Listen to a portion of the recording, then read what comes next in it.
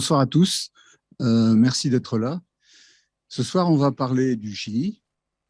Le Chili est pour moi un pays un peu particulier parce que, ayant eu des relations professionnelles avec beaucoup de coéquipiers, de thésards, de stagiaires d'Amérique latine, du Mexique jusqu'à la Patagonie, j'ai aimé, pas seulement moi, mais tous les gens de laboratoire où j'étais, la sensation que les représentants du peuple chilien et ceux d'Uruguay, je dirais, sont probablement de tous les latino-américains les plus proches des Français, par leur réaction, leur comportement, leur envie de vivre, leur musique, leur gastronomie, leur vin, etc.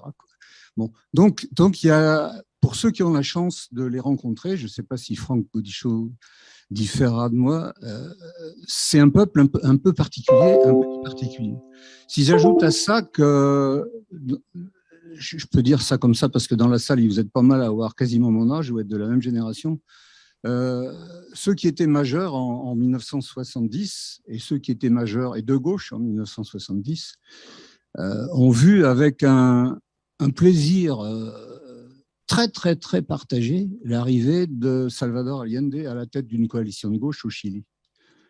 Je dirais même que ça allait beaucoup plus que de l'ultra-gauche, la Ligue communiste, jusqu'au centre, et en particulier la mouvance à l'époque qui était quand même importante, des chrétiens de gauche, qu'ils soient protestants ou qu'ils soient catholiques.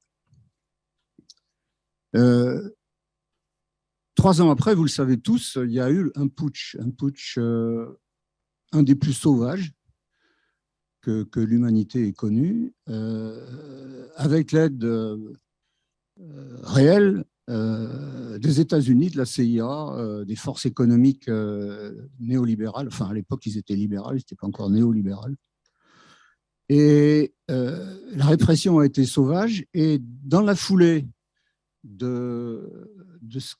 du ressenti de 1970, en 73, 74, 75, la France a été un pays d'accueil massif de milliers de Chiliens, et non seulement de Chiliens, mais de gens, comme aurait dit Coluche, encore plus pire, qui s'étaient déjà réfugiés des dictatures du Tour, le Brésil et autres, pour trouver asile dans le Chili démocratique.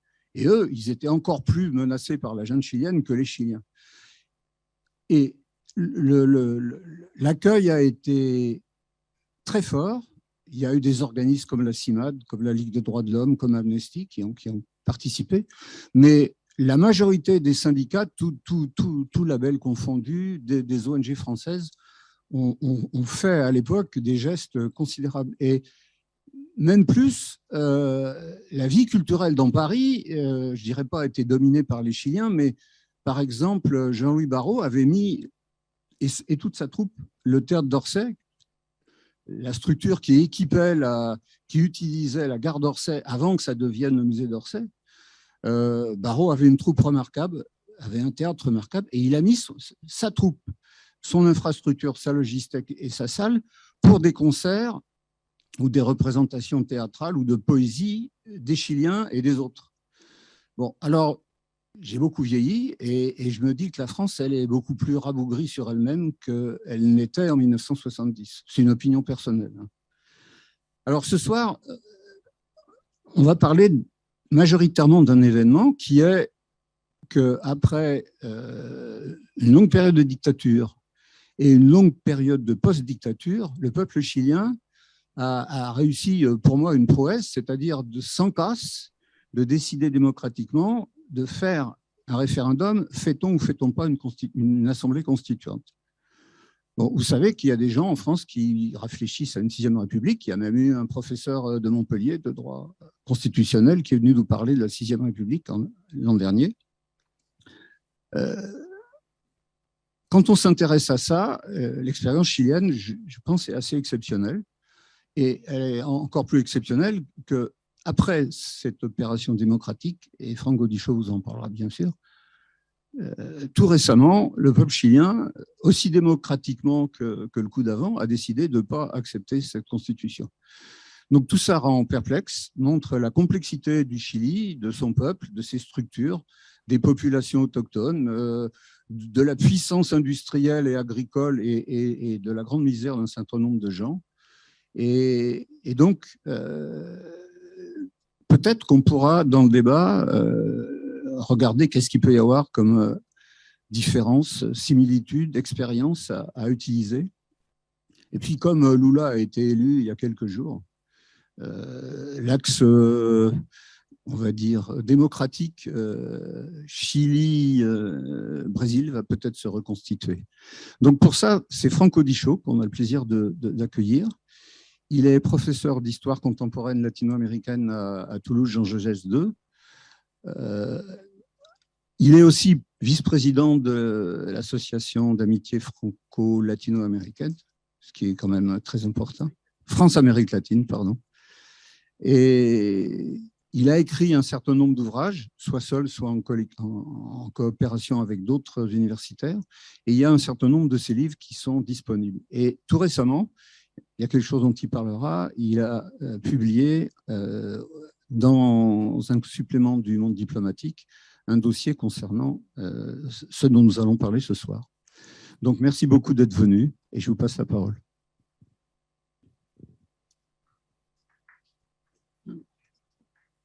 Merci, bonsoir à toutes et tous.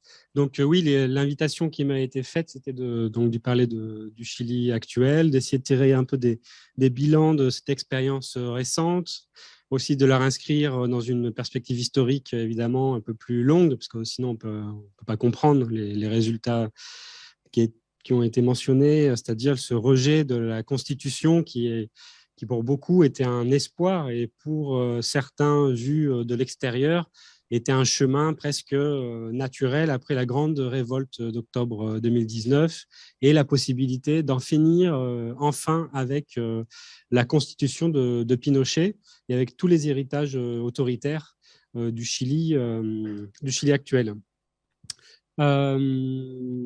Donc, je vous ai amené, en fait, je vais utiliser quelques diapositives pour étayer mon propos. Alors, celles-ci, on ne va pas toutes les commenter puisque, en fait, j'utilise aussi des diapos que j'ai présentées récemment au Chili. J'étais au Chili pour l'élection et donc on a fait des débats autour des résultats de la constituante. Donc moi, ça fait 25 ans que je travaille sur le Chili, aussi bien les années 70 et plus récemment le Chili actuel, disons des années 90 à nos jours. On pourra discuter tout à l'heure si vous voulez approfondir. Hein, il y a pas mal de publications en français sur ce thème-là. Ça a été dit donc tout récemment, un travail collectif coordonné par Renaud Lambert, là qui peut être une entrée accessible, on va dire, sur le Chili actuel, s'appelle La bataille du Chili. Donc, c'est le dossier manière de voir du monde diplomatique. Vous savez peut-être tous les 2 mois, le monde diplomatique sort un dossier sur une thématique. Donc là, vous avez La bataille du Chili d'Allende à nos jours. C'est dans tous les kiosques que vous pouvez trouver ça jusqu'à la fin novembre.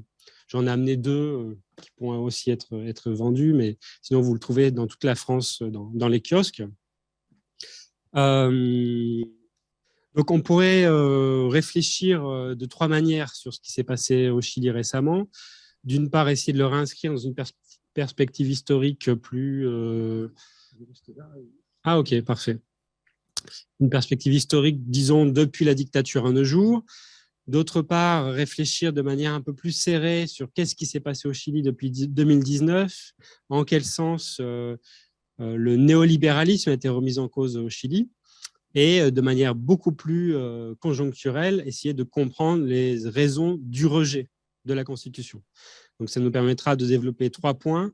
Une perspective historique, une perspective depuis 2019, qui est indispensable si on veut comprendre les transformations en cours, et une perspective conjoncturelle, les raisons du rejet de la Constitution.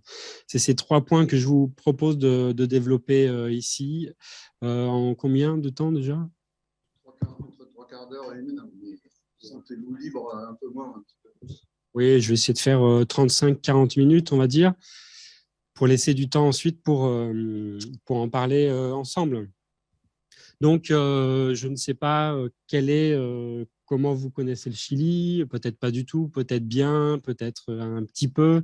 Ça a été dit quand même en France, il y a un intérêt pour le Chili qui est assez marqué dans la population française, notamment depuis l'expérience Allende, notamment du fait qu'il y a eu de nombreux exilés chiliens en France et en Suède. Et donc, ça explique qu'il y a, il y a des connexions, des rapprochements assez importants entre, disons, le peuple français et le peuple chilien. Si vous faites une enquête dans la rue, beaucoup de gens sauront qui est Allende et très peu de gens sauront qui est Jacobo Arbenz, par exemple, qui était un grand président progressiste guatémaltèque, aussi important qu'Allende pour le Guatemala, qui est très peu connu en France, alors qu'Allende, lui, est connu en France. Je veux dire par là que quand même, il y a des connexions. On connaît en général un peu le Chili, un peu mieux en tout cas que beaucoup d'autres pays latino-américains en France. Mais parfois, c'est une illusion. Enfin, on a des connaissances. On va absolument rapprocher le Chili et la France, mais en fait, il y a de nombreuses aussi différences, mais aussi des points communs qui nous permettent de penser, eh bien oui, la question de la démocratie, la question de la participation populaire au régime politique, la question des autoritarismes, la question du néolibéralisme et tout un tas d'autres choses que le Chili nous permet de penser parfois aux extrêmes. Il y a un politologue français qui disait Amérique latine, extrême Occident. D'une certaine manière, le Chili permet de penser aux extrêmes le modèle de développement néolibéral, qui est global aujourd'hui, vous le savez toutes et tous. Par exemple, on pourrait y revenir, la question des retraites. C'est très intéressant de voir comment le modèle des retraites a évolué au Chili pour penser comment certaines réformes sont mises en place ici en France. Par exemple, le projet de capitalisation des retraites, de privatisation, au Chili, il est mis en place de manière généralisée et globale depuis la dictature. Toutes les retraites sont capitalisées et privatisées au Chili. C'est d'ailleurs une des raisons des grandes mobilisations sociales de la dernière période. Alors, bon, ça, on va passer. Ça en espagnol, ne vous inquiétez pas, mais je vais parler en français. Donc voilà, 3 points. Penser les fissures du néolibéralisme. Ensuite, penser qu'est-ce qui s'est passé en octobre 2019 et la dimension tellurique de cette révolte d'octobre 2019 qui a remis en cause tous les équilibres politiques chiliens. Et enfin, essayer de comprendre les origines du rejet du référendum. Bon, je passe sur la bibliographie, etc. On y reviendra. Il y a eu beaucoup de publications en France ou au Chili sur le sujet. Donc, premier point, je vais dire des choses que peut-être vous connaissez déjà, mais peut-être pas, donc je vais quand même revenir dessus. En général, le Chili, il est parfois présenté comme un pays laboratoire. Là aussi, on pourrait revenir dessus. C'est un peu une idée préconçue, mais il y a des éléments intéressants. Pays laboratoire, parce qu'il y a eu trois grandes expériences finalement au Chili qui nous parlent très fortement au niveau global. Premièrement, vous le savez, l'expérience Allende, 70-73, les 1000 jours de l'unité populaire, les 1000 jours de la voie chilienne au socialisme, qui en pleine guerre froide a proposé la possibilité d'une transition post-capitaliste sans passer par les armes. Donc, sans reprendre le modèle cubain, mais en essayant une transition pacifique, constitutionnelle, institutionnelle, au socialisme. La figure d'Allende continue à marquer très profondément en fait, les imaginaires politiques latino-américains et même, à mon avis, toute la gauche mondiale reste marquée par cette expérience et surtout par son échec. Le coup d'État de 73, l'écrasement de la voie chilienne au socialisme, plusieurs milliers de morts, plusieurs centaines de milliers de personnes qui ont été torturées, exilées ou emprisonnées. Et donc, une deuxième grande expérience importante, la dictature Pinochet. La première expérimentation à ciel ouvert du néolibéralisme sur la planète Terre, avant Thatcher, avant Reagan, les Chicago Boys, qui ont mis en place donc un nouveau modèle d'accumulation, un nouvel régime politique, une nouvelle manière de vivre en société. Le néolibéralisme, ce n'est pas du tout que l'économie, hein, c'est une manière de penser la société. Et ces Chicago Boys chiliens, évidemment, ils déploient le néolibéralisme dans un contexte spécifique, une dictature civilo-militaire. Ça, 73, 89. Donc 16 années de dictature. et de néolibéralisme sauvage, si on veut le dire d'une certaine manière. Là, je vais très vite, hein, on pourra revenir en détail là-dessus. Ce qui est certain, c'est que la dictature chilienne, à partir de 1975, c'est le tournant néolibéral, inaugure vraiment un néolibéralisme latino-américain ou des néolibéralismes latino-américains, puisqu'il y aura plusieurs déclinaisons ensuite, au Pérou notamment, et dans d'autres pays de la région.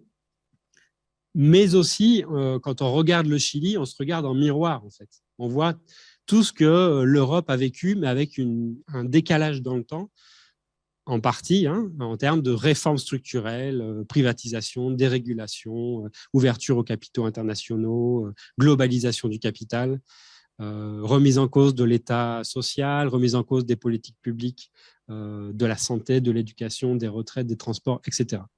À des mesures et dans des proportions différentes, suivant les résistances sociales, suivant les histoires nationales, évidemment. Je ne suis pas en train de dire que la France a vécu un ravage néolibéral ou un saccage néolibéral aussi avancé que ce qu'a vécu le peuple chilien sous dictature. Donc, c'est-à-dire, ils ont pu avancer tellement loin qu'il y avait, que c'était la botte militaire qui régnait, et donc il y avait très peu de possibilités de résistance syndicale, notamment, pour résister à ce modèle-là.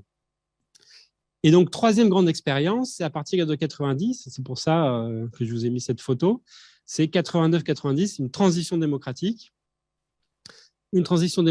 qui a été souvent qualifiée de pactée ou de négociée entre les élites civiles, notamment le centre-gauche et la démocratie chrétienne, et ceux qui ont soutenu la dictature. Et j'insiste, c'est une dictature civilo-militaire, c'est très important pour y revenir. Une dictature ne tient pas qu'avec la force, elle tient parce qu'elle a des relais dans la société, des relais civils donc, des journalistes, des intellectuels, des universitaires, des patrons, etc.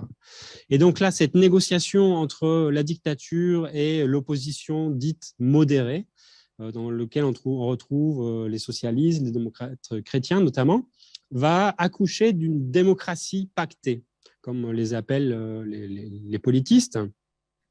Donc, c'est une démocratie dans laquelle c'est une démocratie autoritaire ou un régime autoritaire avec des enclaves démocratiques.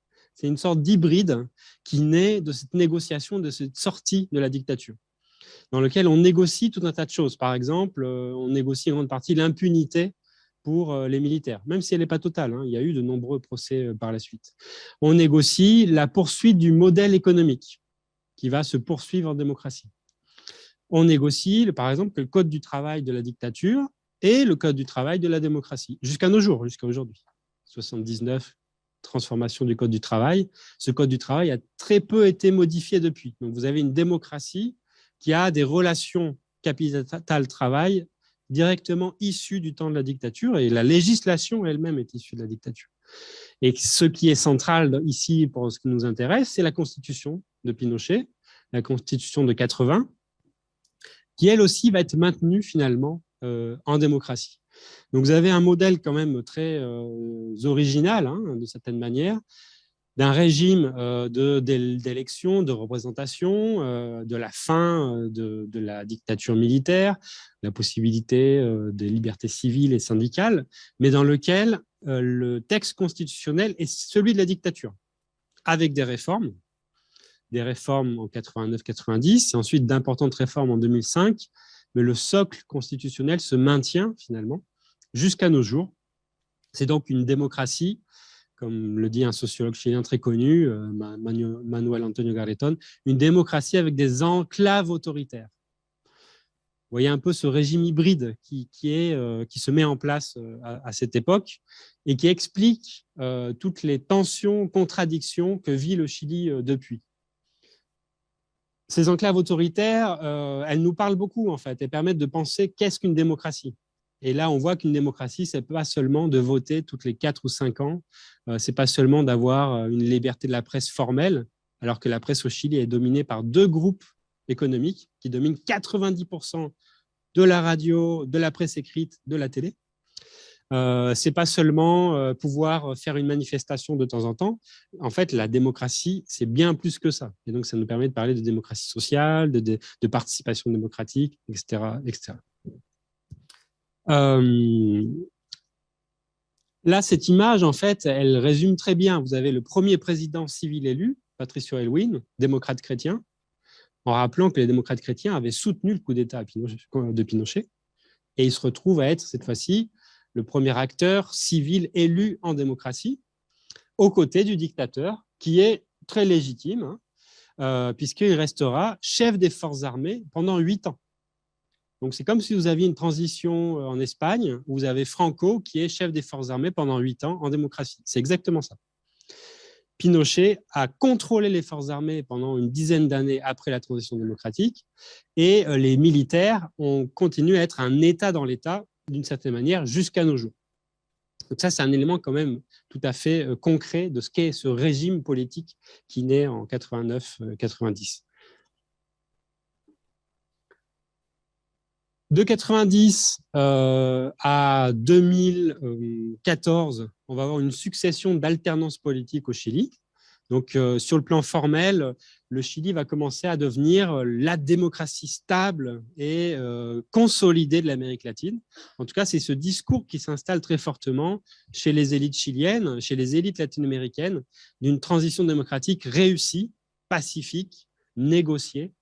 Et donc, où il y a alternance entre, on aura 20 années de gouvernement de centre-gauche démocratie chrétienne, avec des démocrates chrétiens et des membres du Parti socialiste qui vont gouverner pendant 20 ans le pays. Et ensuite, une alternance centre-gauche-droite entre Michelle Bachelet et Sebastián Piñera, qui sont au centre. Vous avez Michelle Bachelet en violet et Sebastián Piñera qui hisse le plus haut son petit drapeau. Et donc, formellement, il semblait avoir un régime politique d'alternance électorale assez réussi. Mais globalement, cette vitrine représentative cache en fait les autoritarismes, une société profondément inégalitaire, profondément divisée, fracturée par un modèle économique et par des héritages qui sont là jusqu'à nos jours. Une société profondément de classe, de ségrégation de classe, mais aussi avec des oppressions de genre, de race, territoriale, etc. Un des bilans toujours présentés comme la réussite chilienne, c'est la baisse continue de la pauvreté depuis la transition démocratique, et elle est réelle. Hein. La pauvreté a baissé. Alors, selon les chiffres officiels, qui sont vraiment à prendre avec des pincettes, il y a de nombreux économistes qui doublent parfois ces chiffres-là, mais donc il y a une tendance baissière confirmée de la pauvreté au Chili, mais dans un contexte de fortes inégalités sociales. Le Chili reste un des pays les plus inégalitaires de la planète et le 4e ou 5e pays le plus inégalitaire d'Amérique latine. Vous le savez peut-être, l'Amérique latine, c'est le continent le plus inégalitaire au monde. Donc, on a une société vraiment divisée socialement, une société où la grande majeure partie de la population a du mal à finir les fins de mois, où le travail est profondément précaire et précarisé, où un emploi stable est très difficile à obtenir. Bien entendu, dans les moyennes, c'est aussi le Chili des 20 000 dollars par tête, qui est toujours avancé comme une preuve de la réussite du jaguar chilien. C'est comme ça que les élites vont présenter le Chili, le jaguar chilien, celui qui a réussi sa transition, sa croissance économique, des croissances économiques parfois de 7, 8, 9% pendant toute cette période. Vous allez à Santiago, vous avez des quartiers, c'est Manhattan en fait. Vous avez des buildings, vous croisez des Porsche et des Ferrari.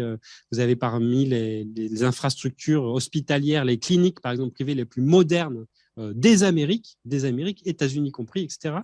Mais de l'autre côté, vous avez le Chili des exclus, le Chili des poblaciones, le Chili des bidonvilles, on dirait en France, le Chili de ceux qui se lèvent tôt et qui travaillent énormément pour gagner en moyenne 300 ou 400 dollars par mois, ce qui est complètement impossible pour vivre dignement dans une capitale comme Santiago. Bon, je n'ai pas trop insisté parce qu'on n'a pas le temps de le faire, on pourrait y passer plusieurs jours. Hein. Moi, ça fait des années que je travaille dessus.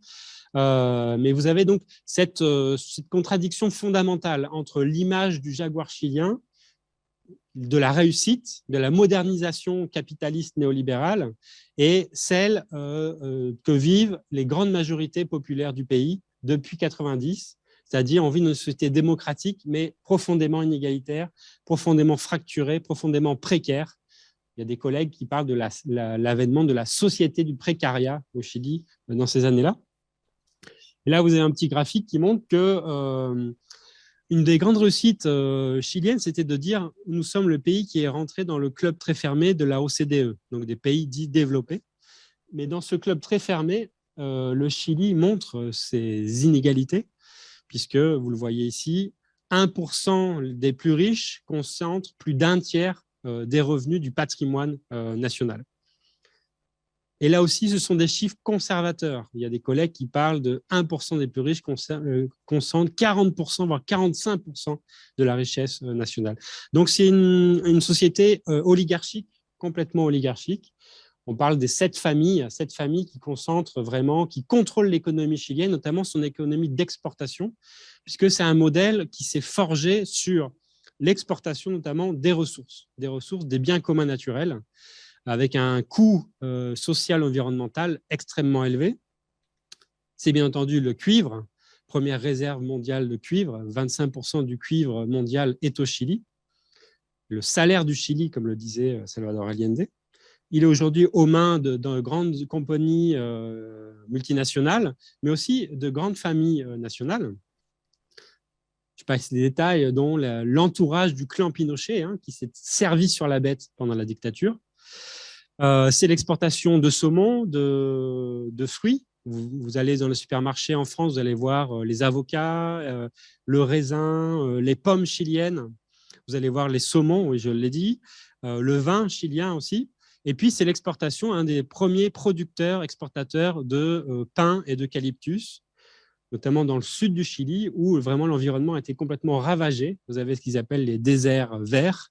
On a rasé le bois, la forêt native, pour planter des millions d'hectares de pins et d'eucalyptus, où rien ne pousse, où il n'y a plus de faune, et où les sols sont acidifiés. Mais par contre, ça pousse très vite, ça consomme beaucoup d'eau, mais c'est très bon pour l'exportation. Et très souvent, d'ailleurs, ça a été fait sur les terres des peuples mapuche, qui ont été historiquement expropriés de leurs terres, expulsés de leurs terres, et durant le néolibéralisme, encore plus pour pouvoir planter ces pins et ces eucalyptus. Dans les années 90, il y avait un très bon sociologue, Thomas Moulian, qui avait publié ce bouquin qui s'appelle « Chili actuel, anatomie d'un mythe » et qui disait le mythe chilien, c'est que c'est le jaguar, c'est la démocratie réussie, mais dès qu'on essayait de soulever un peu le voile, on voyait derrière cette violence sociale, cette violence extractiviste sur les territoires, sur la nature et le niveau de violence inégalitaire du pays. D'autres collègues vont parler d'un néolibéralisme triomphant, d'autres d'un néolibéralisme mature, puisqu'on parle de plus de 50 ans de néolibéralisme dans ce pays. Et donc, c'est sur ce modèle, pour résumer, que vont s'accumuler des éléments de crise et de rupture. On ne peut pas comprendre l'actualité chilienne si on ne réinscrit pas cette actualité dans cette perspective. C'est pour ça qu'en France, parfois des journalistes m'appellent en me disant en 2019, mais qu'est-ce qui se passe au Chili? Le Chili est aussi stable et maintenant c'est la révolution dans la rue. C'est incompréhensible. En fait, si on lisait le Chili dans toutes ces contradictions, c'est tout à fait logique. En fait, il y a une accumulation de révoltes sociales, mais aussi surtout un mal-être qui a commencé à gagner la société et qui, à un moment donné, a explosé au cours d'une explosion sociale et populaire que est l'octobre 2019. Alors, c'est mon deuxième point. Comment comprendre donc, cette conjoncture? Il faut quand même rappeler, pour la petite anecdote, Sebastián Piñera, le Berlusconi chilien qui gouvernait le Chili en 2019, donc ce président 2 fois élu président de la République, d'une droite vraiment libérale assumée. C'est un grand entrepreneur qui a accumulé des richesses pendant la dictature, qui est donc un des multimillionnaires du Chili, qui gouvernait le Chili, donc d'où l'image du Berlusconi à la chilienne. Et quelques jours avant l'explosion d'octobre 2019, Piñera disait à la presse internationale, puisqu'ils allaient préparer un grand sommet international et recevoir des délégations de toute la planète, il disait, ici, nous au Chili, on est l'oasis dans le chaos latino-américain. Ici au Chili, c'est la stabilité, c'est la démocratie, c'est la croissance. Et 3 jours plus tard, il avait une des plus grandes soulèvements populaires de l'histoire du Chili, avec affrontements avec la police, des morts dans la rue, une répression sans nom, destruction du mobilier, de métro, saccage de supermarchés, etc., etc. Donc, on voyait à quel point les élites étaient complètement déconnectées de ce qui se passait dans la société chilienne. Mais bon, là aussi, je pense que ça nous parle directement de ce qui se passe aussi en France. Emmanuel Macron n'avait absolument pas prévu les gilets jaunes, par exemple. Et en plus, on parle des mêmes périodes. Hein. L'explosion gilets jaunes se fait au même moment. Et en 2019, il faut rappeler l'explosion sociale en Haïti, l'explosion sociale en Colombie. Il y avait les explosions, rappelez-vous, les mobilisations qu'il y a eu à Hong Kong, au Liban, en Équateur, etc., etc. Il y a une conjoncture mondiale, pour des raisons souvent différentes, mais quand même de soulèvements populaires qui ont marqué, gilets jaunes compris, la conjoncture de 2019. Si on veut comprendre là aussi cette explosion, il faut voir qu'il y a eu une accumulation en fait, d'expériences de mobilisation et de crise sociale. D'abord, une crise par en haut, on pourrait dire, les institutions, le président, la Chambre, le Sénat et la Chambre des députés, au cours de ces années, plongent dans les sondages d'opinion de manière continue jusqu'à arriver en dessous des 10% d'approbation. C'est-à-dire on se retrouve dans une situation où toutes les institutions sont complètement délégitimées aux yeux de la population. La figure présidentielle et Piñera aura le record d'être plus délégitimé que Pinochet lui-même. Il est vraiment au creux, enfin, il creuse le trou, on peut dire, Piñera, dans ces années-là. Mais aussi les grandes institutions comme l'Église catholique, les carabineros, donc la police militaire, si vous voulez, les gendarmes, on dirait en France, sont elles aussi au centre d'une crise de légitimité. Donc on peut dire, par en haut, il y a crise déjà de légitimité au sens de Weber. La population n'adhère plus à ces institutions et au contraire pense qu'elles font partie du problème. Et d'autre part, il va y avoir une crise par en bas, celle des mobilisations sociales, qui vont vraiment remettre en cause le pouvoir, pas seulement social, mais aussi économique, médiatique des élites, des classes dominantes chiliennes. Donc, irruption plébéienne, disent certains sociologues, irruption populaire et crise de légitimité des élites. C'est un cocktail qui ouvre la possibilité à un soulèvement populaire qui peut ouvrir aussi des possibilités à une transformation sociale, politique, éventuellement démocratique, éventuellement, voire autoritaire. Là, les champs sont ouverts, mais c'est l'orientation que prendra le mouvement qui dit vers où ça va aller. En tout cas, on est dans ce contexte-là, et il faudrait quand même rappeler qu'au Chili, il y a eu des acteurs sociaux qui ne sont pas apparus seulement en 2019. En fait, pour ceux et celles qui travaillaient ou qui vivaient au Chili, c'était évident que depuis les années 2006-2007, il va commencer à avoir des mobilisations sociales qui commençaient à nous dire ce qui allait se passer, si on lisait un peu de manière fine la conjoncture. Réactivation d'un syndicalisme plutôt de mouvement social, on peut dire. Dans un pays où faire du syndicalisme, c'est vraiment... il faut être très courageux, puisque la grève est interdite au Chili. Elle est légale que quelques jours par an dans le cadre d'une négociation collective, et elle ne peut porter que sur certains points réglés par la loi. Toutes les autres formes de grève sont illégales au Chili. Ça, c'est l'héritage Pinochet. Et faire du syndicalisme au Chili, c'est courir des risques vraiment importants pour soi et sa famille. Moi, je travaille sur le syndicalisme, donc on pourra en parler si vous voulez. Mais malgré tout, à partir de 2006-2007, il y a des secteurs qui commencent à dire c'est plus possible de travailler dans ces conditions-là, il faut faire quelque chose. Et on voit des grèves dans l'industrie du saumon, dans l'industrie forestière, dans les ports, dans ceux qui vont distribuer. On est dans un pays en fait où l'industrie a disparu. Elle était entièrement détruite par le néolibéralisme. Le Chili, dans les années 70, était un pays semi-industrialisé. Aujourd'hui, il n'y a plus d'industrie. C'est que des produits importés de la Chine. Avant, ils produisaient des chaussures, des télés, des machines à laver, etc. Tout ça a été entièrement liquidé. Mais par contre, c'est une économie de services et une économie d'extraction et d'exportation. Donc évidemment, il faut extraire le cuivre, il faut des ports, il faut etc., du transport. Le système bancaire chilien est très développé, le système financier chilien est très développé, etc. Il y a un autre acteur ou d'autres actrices, les féministes. Le mouvement féministe chilien a été un des plus puissants de l'Amérique latine. Vous le savez sûrement, parce que quand même en France, il y a eu pas mal de couverture médiatique là-dessus. La puissance féministe va vraiment ouvrir les possibles au Chili à partir de mai 2018 et ensuite le 8 mars 2019. On va avoir une des plus grandes manifestations de rue de l'histoire du Chili autour de l'idée de la grève féministe, la grève des femmes.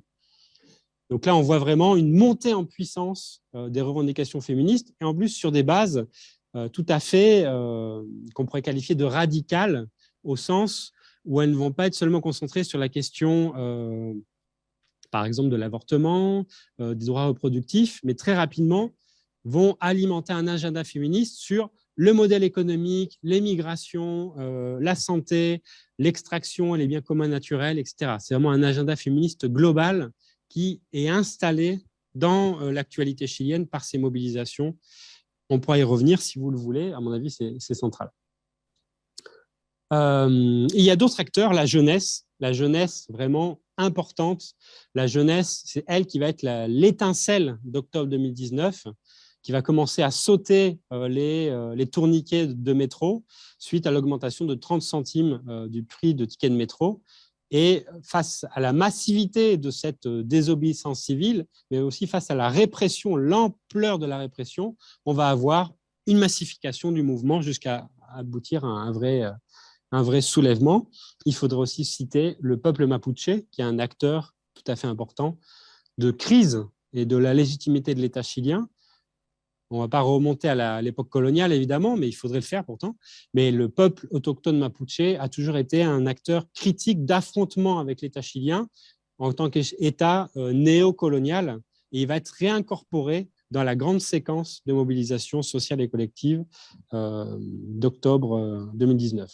Donc, de nombreux acteurs qui se mobilisent et qui finalement vont permettre une crise du mythe dont j'ai parlé.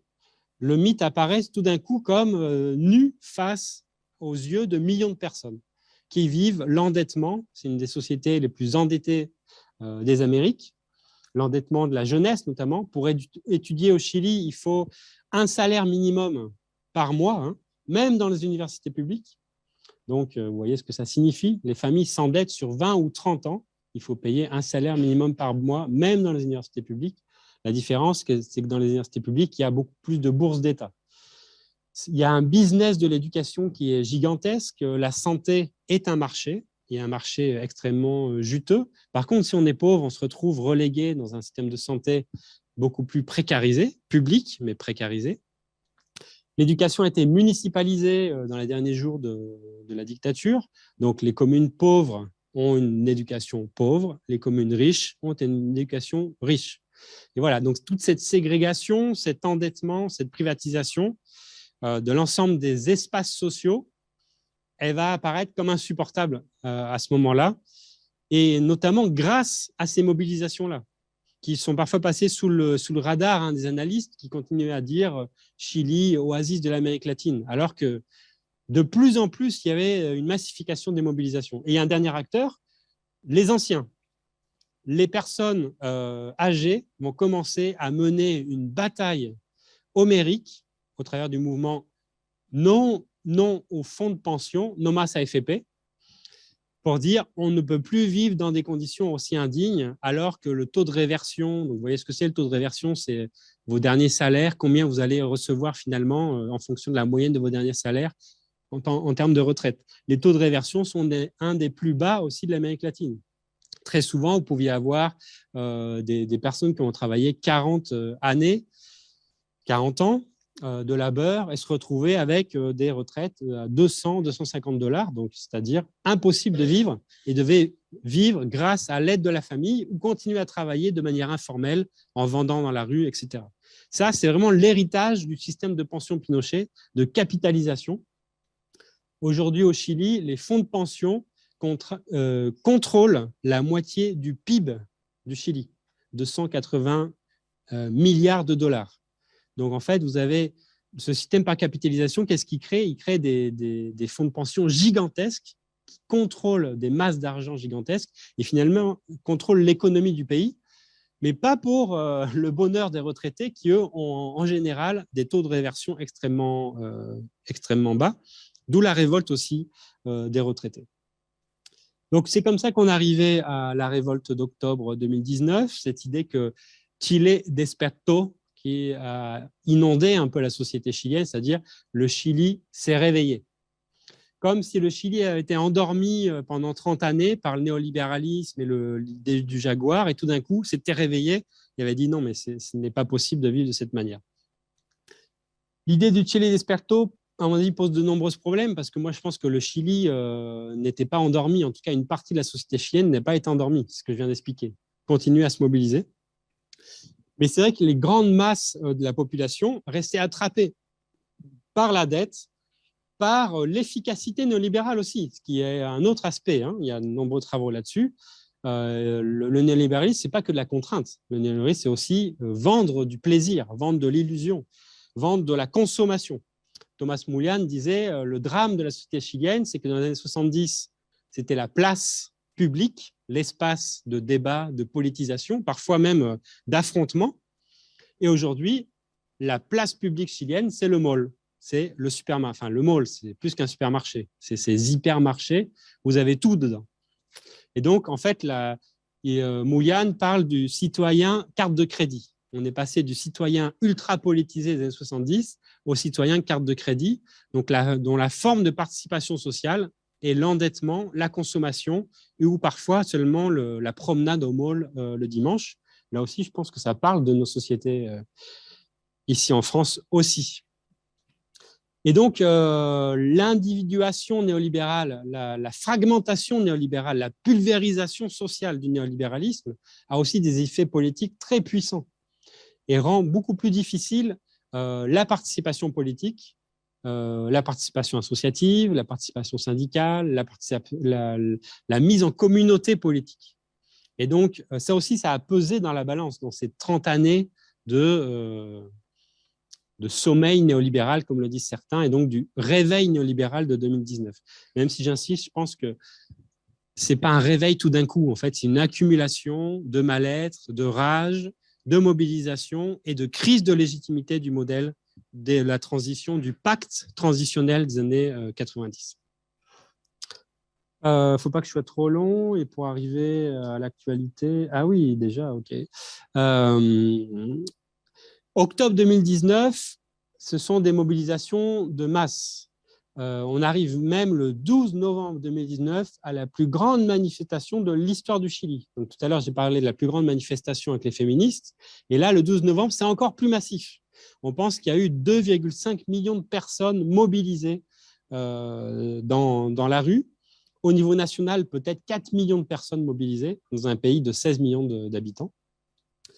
Et c'est vraiment un moment, le 25 novembre, pardon. Le 12 novembre, c'est le jour de la grève nationale qui a aussi contribué à cette massification de la mobilisation.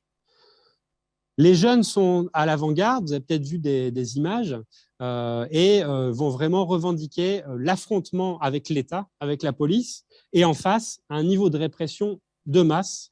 Il faut rappeler que Sébastien Piñera va même choisir de déployer les militaires dans la rue. Pour la première fois depuis la fin de la dictature, on voit les militaires dans la rue qui contrôlent l'espace public et ça va jouer un rôle de boomerang contre le gouvernement puisque la grand-mère, le père, le voisin vont aussi protester, commencer à taper sur les casseroles contre cette militarisation de la mobilisation et cette répression de la mobilisation. 450 mutilés oculaires, utilisation du viol et des vexations et des abus sexuels dans les commissariats ou en dehors des espaces institutionnels par la police pour essayer de terroriser la mobilisation. On parle de plusieurs dizaines de morts indirectes ou directes dues à ces manifestations. Il va y avoir jusqu'à 2300 personnes arrêtées, considérées encore jusqu'à nos jours comme des prisonniers politiques de la révolte sociale. Voilà, donc une répression de masse et d'État qui va alimenter tout cela. Et donc, je voulais vous passer une petite vidéo pour mettre des images là-dessus. Ça dure 4 minutes et ça permet en 4 minutes de dire beaucoup plus de choses que moi en 2 heures, puisque vous allez voir des images. En général, ça permet de fixer plus facilement ce dont on parle. Alors. Cela fait plus d'1 an que les Chiliens ont commencé à manifester pour une éducation moins chère, un meilleur système de santé et des retraites plus élevées. C'est le modèle néolibéral chilien qui a permis la privatisation de ces secteurs et il est protégé par l'actuelle constitution écrite durant la dictature d'Augusto Pinochet. Patricio López, 70 ans, est aujourd'hui retraité, mais en 1973, au moment du coup d'état militaire, il était étudiant. Y me daban becas para almorzar y todo lo que me preguntaban si necesitaba, si tenía donde dormir. Y decía, no, yo tengo mi casa, vivo bien. La medicina, los dentistas, todo, tú tenías acceso a todo eso gratis, solamente por ser universitario. Todo eso desapareció, por supuesto. A la vuelta de clase, después del golpe, había que pagar matrícula, había que todo. No sé, desapareció el casino, desapareció el centro médico, desapareció todo eso, no existió nunca más. Dimanche 25 octobre, lors du référendum pour le projet de rédaction d'une nouvelle constitution, le oui a largement remporté le vote. Felicidad, con mucha alegría, porque es el único camino para lograr algo, ¿no? Cambiar la Constitución. Y que la ciudadanía y la gente sea más participativa, más involucrada, que tengan acceso a muchas cosas que nunca lo tuvieron, ¿no? Ce plébiscite a été organisé suite au fort mouvement social qui a éclaté dans le pays l'année dernière. Irène, architecte, a elle aussi été très émue au moment de l'annonce des résultats. Lloré de emoción porque nunca pensé que yo iba a estar viva para presenciar que íbamos a votar esta constitución de Pinochet, que es el dictador, que es como una vergüenza que aún tengamos la constitución de nuestro dictador que asesinó a tanta gente. Y como teníamos mucho miedo por tantos años, gracias a los jóvenes estudiantes, ellos dieron el primer paso porque son la generación que no tiene miedo. Parmi les milliers de personnes qui ont manifesté pour demander une nouvelle constitution, il y avait Catalina Alfaro. Cette professeure s'est très souvent rendue à la Place Italia, rebaptisée Place de la Dignité par les manifestants.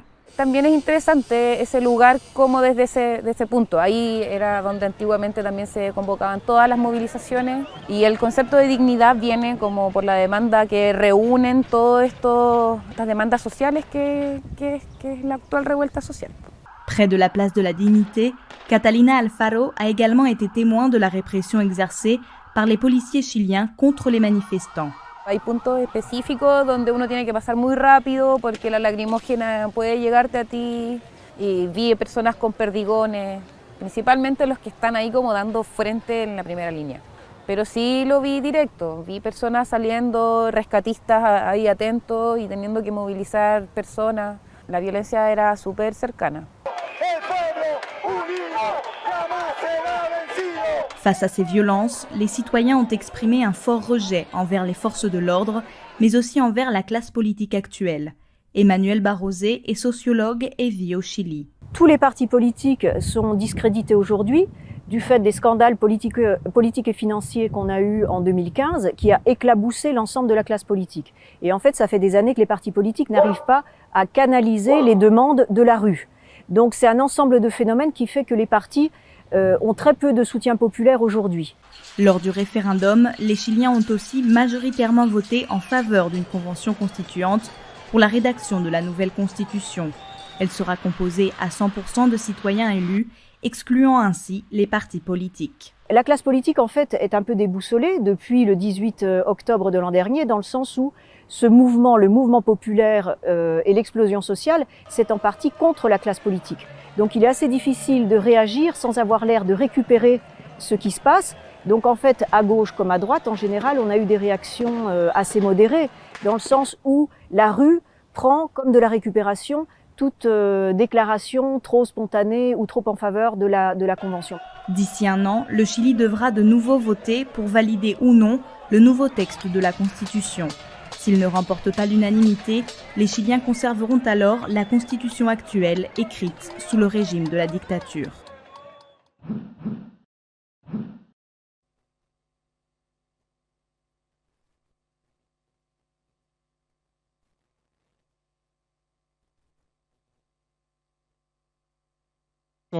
Quand même un petit moment pour dérouler la dernière période. Donc là, ce qu'on a vu, c'est cette, on peut dire, la révolte d'octobre 2019. Elle a ouvert le champ des possibles, ce qui n'avait pas été possible durant 30 ans, alors que gouvernait le Parti socialiste, la démocratie chrétienne, puis ensuite, à partir de 2010, la droite. Tous, finalement, qu'est-ce qu'ils ont fait? Ils ont gouverné le néolibéralisme. Malgré toutes les promesses, notamment du centre-gauche, il n'y a jamais eu de volonté véritable de transformer et notamment de mettre fin à la constitution de Pinochet. Le Parti socialiste chilien est un parti socialiste très néolibéral dans ses options économiques. Et finalement, cette classe politique, qui est nommée caste politique par la jeunesse mobilisée, avait toujours refusé avec l'argument que finalement, la dictature, c'était mal, les atteintes aux droits humains, c'était mal, mais le modèle économique, lui, restait le bon. Ça a été remis en cause radicalement par l'octobre 2019, puisque en octobre 2019, on se mobilise pour mettre fin à l'éducation, à la santé privatisée, au fonds de pension, et on revendique en même temps une nouvelle constitution. Tout à l'heure, j'ai oublié de mentionner un acteur très important, les étudiants. Vous avez peut-être su, en 2006-2011, il y avait des grandes mobilisations étudiantes, justement pour la fin d'une éducation privatisée, pour une éducation gratuite, publique et de qualité. Tout ça réapparaît en 2019. Mais il y a quelque chose qui va être transversal, c'est cette question de la Constitution.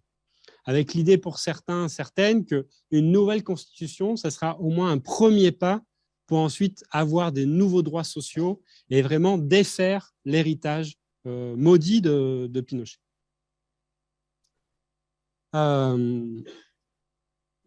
Et donc, oui, la révolte d'octobre 2019, elle ouvre le pas vers une assemblée constituante, vers un plébiscite sur oui ou non à une nouvelle constitution. Il va y avoir un oui massif à une nouvelle constitution, à une convention constitutionnelle en octobre 2020. On pourra y revenir si vous voulez. Ça s'est fait dans la douleur et là aussi sur la base d'un pacte politique au sein du Parlement entre les partis. Et donc, c'est pour ça qu'il y a certains membres du mouvement social qui ont aussi dénoncé cette volonté avant tout de canaliser. Parce que l'idée, c'était de mettre fin à la révolte et d'offrir comme une issue institutionnelle un pacte constitutionnel, mais en calmant la rue finalement. Et c'est dans ce pacte-là, ces négociations-là, qu'apparaît Gabriel Boric, l'actuel président, comme un acteur central. Il est issu des mobilisations étudiantes, il appartient à la nouvelle gauche, le Front Large, Frente Amplio, il était député en 2019, et il va être un médiateur entre la droite jusqu'à l'extrême droite, en fait, et le centre-gauche pour obtenir un référendum sur une nouvelle constitution. Mais une nouvelle constitution négociée avec les partis politiques. Finalement, c'est l'option la plus progressiste qui gagne, une convention constitutionnelle élue au suffrage universel, qui va permettre d'élire, je ne sais pas si je peux, il y a une petite lumière avec ce machin, là, ou pas? C'est laquelle? Ah oui, voilà. En fait, ce qui est intéressant de voir dans cette élection de la convention constitutionnelle, c'est que la révolte de la rue se traduit aussi dans les élections, puisque ceux qui sont les partis politiques plus traditionnels, la droite, elle n'aura que 37 sièges, alors que la droite, historiquement au Chili, elle est majoritaire, tout le temps majoritaire. dans les espaces institutionnels. Là, elle est réduite à sa portion congrue. Vous avez le centre qu'on pourrait qualifier de libéral, qui a gouverné pendant 20 ans, Parti socialiste, démocratie chrétienne. La démocratie chrétienne n'aura qu'un seul siège, alors que c'est un grand parti de gouvernement. Et vous avez la gauche plus radicale ou plus nouvelle, celle de Gabriel Boric, le Front Large, le Parti communiste, qui se refait une santé avec ses mobilisations, et tout ce bloc-là qui est issu des mouvements sociaux. La liste du peuple, les féministes, les indépendants. Vous avez l'irruption dans un espace institutionnel constituant de la rue et des mobilisations sociales. Et enfin, ce qui a été obtenu à l'arraché, des sièges réservés au peuple autochtone. Conclusion, vous avez une convention constitutionnelle très à gauche et très sociale qui va rédiger un texte constitutionnel très avancé en termes de droits sociaux, droits démocratiques, en termes de plurinationalité, mettre fin à un Chili profondément blanc, unitaire, centralisé. Là, plutôt un Chili d'un État régional décentralisé, d'un État plurinational, comme en Bolivie ou en Équateur, où on reconnaît qu'il n'y a pas une nation chilienne, mais des nations chiliennes. Il n'y a pas un peuple chilien, mais des peuples chiliens, des peuples autochtones notamment, ou afrodescendants. Un texte constitutionnel qui va être rédigé par des féministes, par des jeunes, par des indépendants, et donc qui va, en termes de droit, déjà, parité totale, première assemblée constituante paritaire au monde, de l'histoire mondiale, de l'histoire juridique mondiale paritaire, qui va être paritaire dans sa rédaction et qui va instituer un État paritaire, mais aussi des institutions paritaires. C'est-à-dire, si le texte était approuvé, il ne pouvait plus avoir au Chili aucune institution, même un conseil local, qui ne soit pas paritaire. Donc la place des femmes centrale, mais aussi des nouveaux droits, les droits de la nature, comme on le retrouve en Bolivie et en Équateur. La nature devient un sujet juridique et elle peut être défendue devant les tribunaux. La question de réintégrer l'eau comme un bien public, alors qu'elle était entièrement privatisée sous Pinochet. La question des droits reproductifs, mais aussi des droits de tout ce qui est le travail non rémunéré des femmes. Pour la première fois, une constitution au monde reconnaissait que les femmes travaillent comme salariées, mais elles travaillent aussi dans l'espace domestique, pour lequel elles ne sont pas rémunérées. Et donc, l'État chilien allait reconnaître ce travail, et ce travail allait permettre d'avoir des droits à la retraite et des droits en termes de sécurité sociale. Première fois que ça existait, c'est un nouveau droit mondial, en fait. Et on pourrait décliner comme ça un ensemble vraiment d'avancées avec 388 articles, une constitution fleuve, finalement, par rapport aux 70 articles de la constitution bonapartiste française. Donc, une constitution qui déclinait des droits sociaux de manière très détaillée. Par exemple, le droit à l'avortement était inclus dans la Constitution. Vous savez qu'en France, on en parle dernièrement, la possibilité de l'inclure dans la Constitution. Là, il était inclus un droit à l'avortement libre, gratuit, garanti par l'État. Des nouveaux droits pour les peuples autochtones. Bon, je ne peux pas tout détailler, mais en ce sens, c'était le reflet finalement d'octobre 2019 et aussi dans le texte constitutionnel de 2020-2021. Et ça, c'est important de l'avoir en tête pour aussi comprendre le backlash, le contre-coup que va être le référendum de sortie, c'est-à-dire le référendum de oui ou non à ce texte constitutionnel. Imaginez dans un pays dominé par l'élite blanche, oligarchique et historiquement raciste, la première assemblée constituante de l'histoire républicaine élue au suffrage universel. Le Chili n'a jamais eu d'assemblée constituante élue jusqu'à nos jours. Avant, c'était des comités d'experts nommés par le pouvoir qui rédigeaient les constitutions. Pour la première fois, il y en a une, et en plus, elle est présidée par une femme mapuche. Imaginez symboliquement ce que ça signifie dans ce pays, en termes de démocratisation, mais aussi, pour certains, c'était l'horreur absolue. Une femme intellectuelle, linguiste reconnue au plan mondial, mapuche, qui présidait le deuxième organe de l'État. parce que quand l'Assemblée constituante est élue, elle passe devant, en termes de hiérarchie, le Parlement et le Sénat en termes d'importance de pouvoir. Et donc, Elisa Loncón a présidé la première phase de l'Assemblée constituante chilienne. Donc voilà, tous ces symboles qui ne sont pas que des symboles, évidemment, ça a aussi chamboulé, ça a aussi déplacé et ça a aussi signifié d'affronter des pouvoirs en place qui ont été extrêmement contrariés de voir ce qui se passait, de voir une constituante féministe avec des droits sociaux, où on remettait en cause même la privatisation de certains, par exemple l'eau. Mais en même temps, la Constitution était contradictoire. Hein. Par exemple, à aucun moment, ils n'ont réussi à faire passer l'idée du contrôle public sur les ressources minières, alors que c'est une revendication historique, notamment de la gauche chilienne.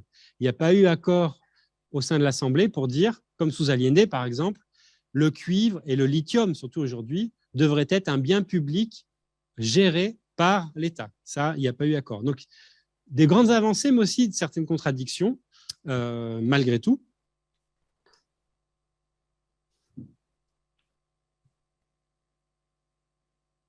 Bon, je vais aller vite, mais les autres contradictions, elles s'expriment aussi dès le départ dans les formes de l'élection. L'abstention reste importante. L'abstention atteint plus de 50%, même au moment de choisir la nouvelle constitution. Donc, on peut dire que dès 2020, on voyait ce qui pouvait se passer. Des fractions entières de la population chilienne, notamment les classes populaires, ne se sentaient pas concernées, n'ont pas été votées, n'ont même pas été votées pour oui ou non une nouvelle constitution. Ça ne les interpellait pas. 50% du corps électoral à ce moment-là n'a pas été voté. Les analystes ont un peu mis ça sous le tapis avec l'enthousiasme du moment. Oui, mais bon, à 80%, on a dit oui, nouvelle constitution. Oui, à 80%, mais de ceux qui ont été votés. 50% des Chiliens n'avaient même pas dit ni oui ni non. Ils ne s'étaient pas déplacés. Dans la foulée, il y a eu une élection présidentielle qui a confirmé ce qu'on pourrait appeler d'un tournant à gauche du Chili. On croyait pourtant que c'était un tournant à gauche, avec l'élection, je l'ai par ici, de Gabriel Boric. Gabriel Boric, figure du mouvement étudiant, figure de la nouvelle gauche. En 2011, il était syndicaliste étudiant. En 2022, il est président de la République. Quand même, petite trajectoire. En 9 ans, il est passé de diriger son syndicat étudiant à être président de la République, le président le plus jeune de l'histoire de la République chilienne, 35 ans, et sur une position de gauche, vraiment à la gauche de l'espace de la concertation, donc cet espace politique qui a gouverné le pays pendant 20 ans. Cette gauche, d'ailleurs, elle se forge contre cette gauche, l'autre gauche, libérale, avec un discours très critique contre le PS, contre la démocratie chrétienne. Aujourd'hui, ce n'est plus du tout le cas. Hein. Ils gouvernent en partie avec eux. Mais à l'époque, c'est comme ça qu'ils se sont forgés. C'est donc sur la gauche, en alliance avec le Parti communiste, que Boric gagne l'élection. Sur un programme, on peut dire, aligné sur l'impulsion constitutionnelle, sur tous les droits dont je vous ai parlé. C'était un programme pas révolutionnaire, hein, pas anticapitaliste, mais qui avançait l'idée de nouveaux droits sociaux, de mettre en place une sécurité sociale, d'un meilleur contrôle des ressources naturelles, de renforcer le service public de l'éducation, etc., etc. Une réforme fiscale. Dans le Chili, quand vous dites impôts, il y en a certains, ils deviennent complètement fous, parce que c'est un des pays où on paye le moins d'impôts dans les Amériques. Mais là aussi, l'abstention était massive. Si on voyait le camembert, en fait, au premier tour des élections, Boric n'avait que 12%. Il y avait 50% d'abstention. Et le premier arrivé en tête de l'élection au premier tour, c'était l'extrême droite. Donc là aussi, on avait des signes de ce qui était en train de se passer dans la société. Un secteur de la société s'est radicalisé, mais sur la droite et sur l'extrême droite, et une grande proportion de la population, elle, ne s'est pas encore sentie concernée par ce qu'elle estime comme un jeu politique en dehors de ses propres intérêts. Donc une extrême droite qui réapparaît dans le champ politique, en dehors des partis de la droite traditionnelle, qui arrive même au premier tour des élections et qui, au deuxième tour, fait un score tout à fait honorable de 47%. Une polarisation de la société, certains qui réclament de l'ordre, qui réclament un discours anti-féministe, un discours anti-migrant, un discours anti-mapuche, et qui dit qu'il faut en terminer avec la chienlit, si on disait ça en termes gaullistes. Mais là, c'est un gaullisme radicalisé, si vous voulez. Plus de manifestations, retour à l'ordre, retour à un État fort, contrôle des frontières, nationalisme, xénophobie, antiféminisme. C'était ça le discours de Cast, et qui arrivait au premier tour des élections présidentielles. Donc là, on voyait que quand même toute la société n'était pas sur les positions de l'Assemblée constituante, ni même sur celles de Gabriel Boric. Bon, je vais devoir aller plus vite. C'est à chaque fois un vote de classe, très fortement, mais l'abstention est aussi de classe. C'est-à-dire que ce sont les classes populaires qui le plus s'abstiennent. Parfois, dans certaines communes, 70% des personnes en âge de voter ne vont pas voter. Il y a une très forte division territoriale du pays entre la grande capitale, les grandes villes et l'intérieur du pays, le sud et le nord. Mais malgré tout, on aboutit à un texte constitutionnel que je vous ai mentionné, qui est très avancé, et on arrive donc à ce référendum, oui ou non, à une nouvelle constitution, celle d'un État plurinational, démocratique, régional, avec des droits sociaux très avancés. Et là, patatras, tout le monde, depuis l'extérieur, pensait que c'était la continuité finalement de l'impulsion. Octobre 2019, élection présidentielle, nouvelle constitution. Et là, pas du tout. 62% des votants vont dire non au nouveau texte constitutionnel. Et là, c'est la gueule de bois, en fait, pour toute une partie des mouvements sociaux, de la gauche et du gouvernement lui-même. Puisque le gouvernement lui-même avait mis son capital politique aussi dans ce processus constituant. Donc, c'est une défaite gouvernementale en même temps que la défaite du texte constitutionnel. Et je vais conclure là-dessus. Quelles sont les raisons de cette défaite? Je vais déjà donner des clés quand même d'analyse. Il y a un jeu de système électoral. Bon, je ne sais pas s'il y a des amateurs dans la salle, on pourrait y revenir, mais pour la première fois, c'était une élection avec inscription obligatoire et vote obligatoire, inscription automatique et vote obligatoire. Donc, il y a réincorporé au vote ces millions de personnes qui s'abstenaient, parce que c'était obligé de le faire. Donc, il y a plus de 4 millions de personnes, 4,5 millions de personnes qui ont voté cette fois-ci, alors que d'habitude, elles ne votaient pas. La gauche avait l'espoir qu'elle vote plutôt pour la nouvelle constitution, puisque c'était les classes populaires avant tout. Et on voit que dans les statistiques que non, pas du tout. Ces abstentionnistes ont voté à une hauteur de 70% contre la nouvelle constitution.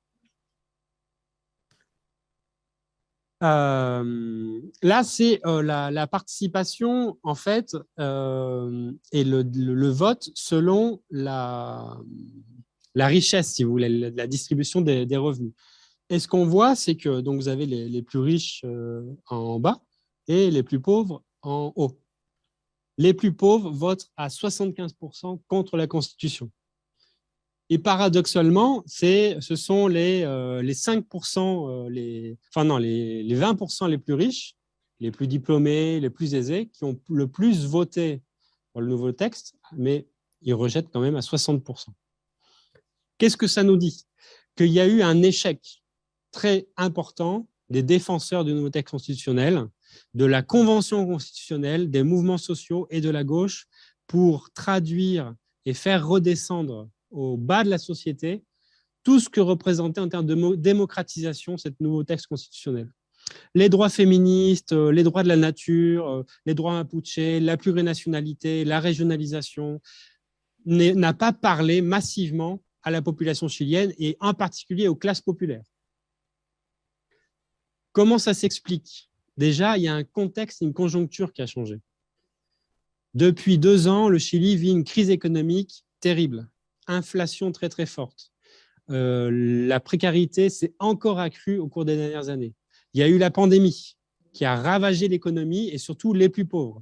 Et donc, ces classes populaires, eux, ils en sont à compter au jour le jour les sous, à vivre le jour, et ils n'étaient pas du tout dans la discussion sur la plurinationalité, sur la parité et sur la régionalisation de l'État.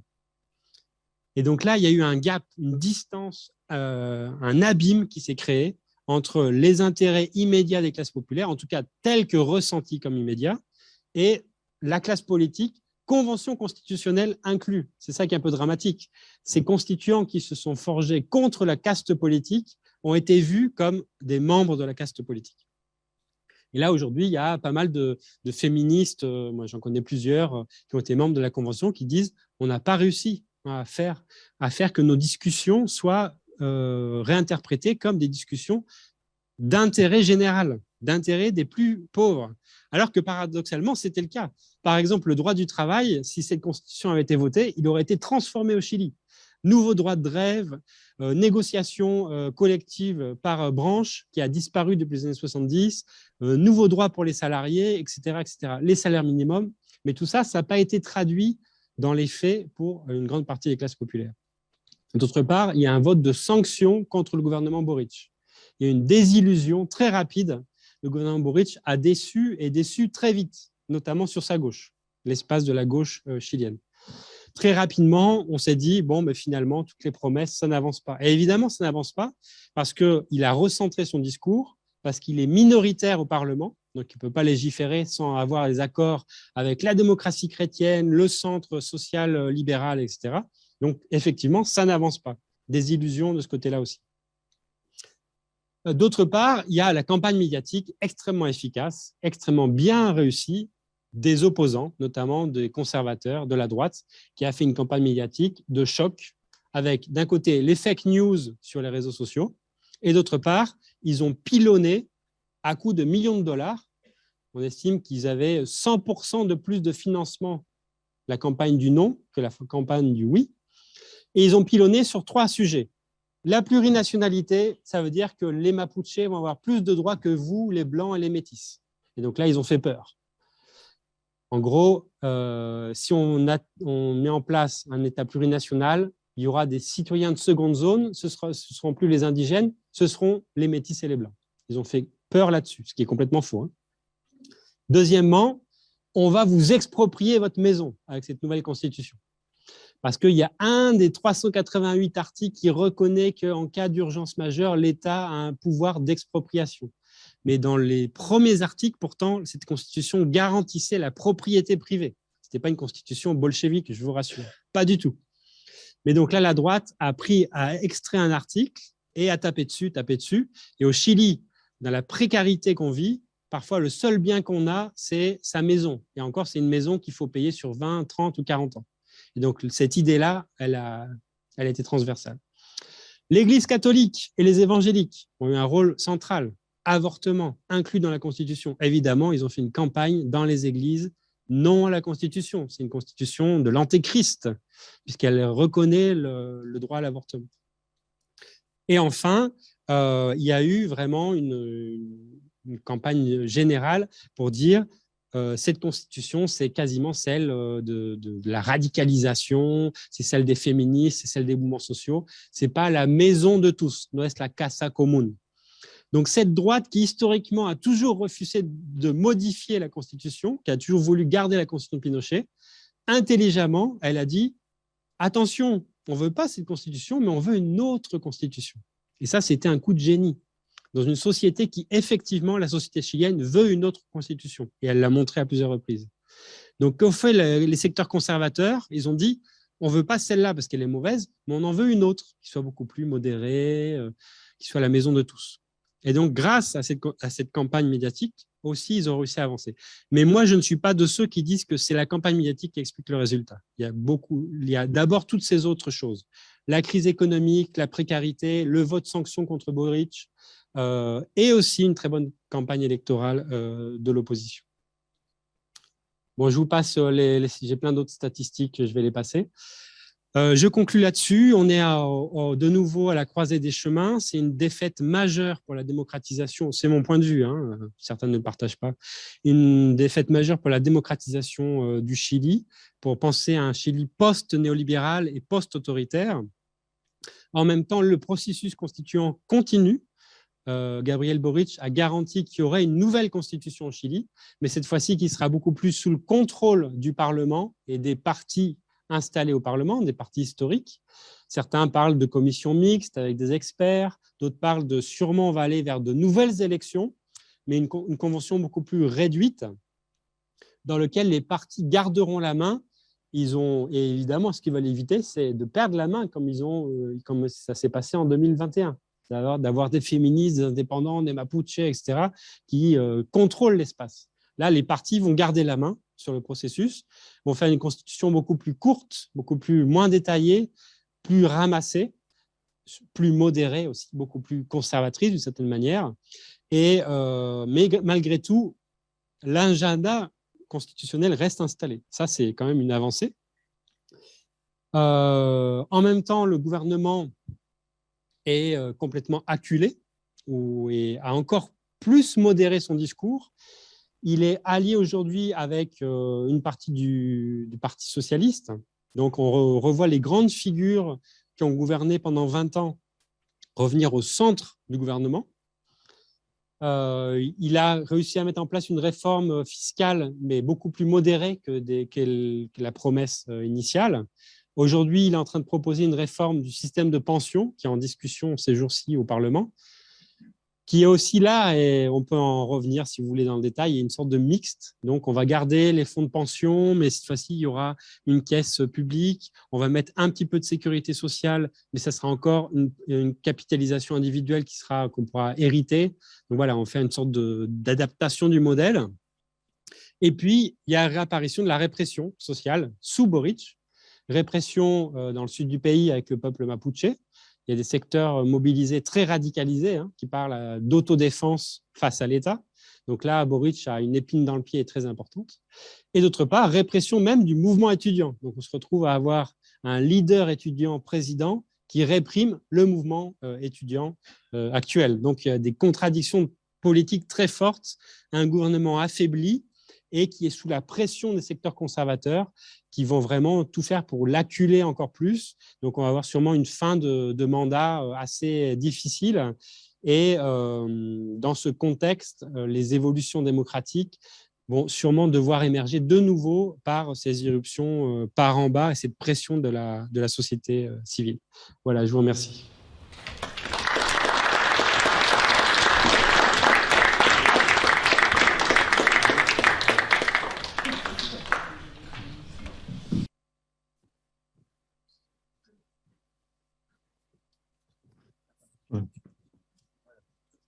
Question.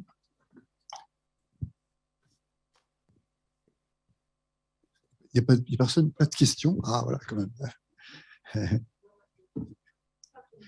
Alors attendez, parce que c'est. On redit aux non habitués que l'intégralité des questions-réponses sera retranscrite dans le tome suivant. Je n'ai pas bien compris encore le tableau 4 avec les classes hautes qui ont voté pour la Constitution, pour la constituante. Oui, celui-ci, oui. Et vous dites qu'ils ont aussi mené une campagne très intelligente pour casser un peu tout ce que pouvait apporter pour dénigrer ce que pouvait apporter la nouvelle constituante. Ouais. J'ai parlé des conservateurs. Il y a là une logique de classe et après il y a une logique politique. La classe politique conservatrice, les secteurs, disons, de la droite, mais aussi du centre, démocratie chrétienne, une partie, y compris de l'ancienne concertation, a fait campagne contre la Constitution, au nom justement donc, de la maison commune, une constitution beaucoup trop avancée, beaucoup trop radicale selon eux. Et là, ils ont mené une campagne médiatique très, très réussie. Et la grande réussite, c'est réussir à intégrer le centre politique, une partie du centre politique, du côté du rejet de la Constitution. Ça, c'est une grande réussite des secteurs conservateurs. Et là, vous avez une notion de classe, enfin de revenus, où on voit que les revenus hauts ont davantage voté pour Ben non, mais ils ont rejeté massivement à 60%. Ils ont rejeté massivement, mais malgré tout, un peu moins massivement que les classes populaires. Après, on pourrait rentrer dans les détails, mais il y a toute une partie des classes populaires au Chili qui votent à droite, voire à l'extrême droite, évidemment. Donc, ce n'est pas seulement que les classes hautes votent à droite et les classes basses votent à gauche. Évidemment, ce n'est pas du tout comme ça. Au contraire, Cast commence à déployer un ancrage populaire très important, donc l'extrême droite. Mais aussi les secteurs de la droite traditionnelle, par exemple la UDI, Union démocratique indépendante, donc qui est issue du pinochetisme. Elle a tout un secteur qui s'appelle la UDI Popular, dans des communes très populaires de Santiago et du pays. Donc, c'est les secteurs de la droite dure qui aussi sont très ancrés dans les communes populaires. Donc, ce n'est pas contradictoire, en fait. Mais ce qui est intéressant et même paradoxal, c'est que malgré tout, c'est quand même les 20% les plus riches ont un peu moins voté contre que les 20% les plus pauvres. Alors que, si on veut caricaturer, les principaux intéressés à cette nouvelle constitution en termes de droits sociaux, c'était surtout les 20%, voire les 40% les plus pauvres du Chili. Parce que ceux d'en haut, au Chili, ils vivent bien. Il y a une classe moyenne. Alors là aussi, ça fait partie du mythe, mais il y a une petite classe moyenne. Il y a 5-10% de la population qui vit très bien dans des beaux quartiers, avec des belles cliniques, des belles universités privées, etc. etc. Et sur ce tableau, on voit aussi que la participation des pauvres a été très importante. Les 87%, là, 87,4%. Oui, mais ça ne veut rien dire, c'était un vote obligatoire. Oui, non, mais d'accord, mais ils ont voté de façon. Ils ont été obligés de voter. Oui. Parce que, et surtout, les pauvres, c'était les plus intéressés à voter parce que les amendes étaient beaucoup. Pour les riches, ils allaient payer l'amende, finalement, ce n'est pas si grave, mais pour les pauvres, ils avaient beaucoup moins de ressources. De relais pour justifier. Ce qu'on fait très souvent, ceux qui n'ont pas voté dans les classes hautes, c'est qu'ils avaient un médecin qui leur faisait une petite note. Ah, mais il était malade ce jour-là, etc. C'était moins facile pour les classes populaires. Et bonjour. Juste un témoignage et 2 petites questions.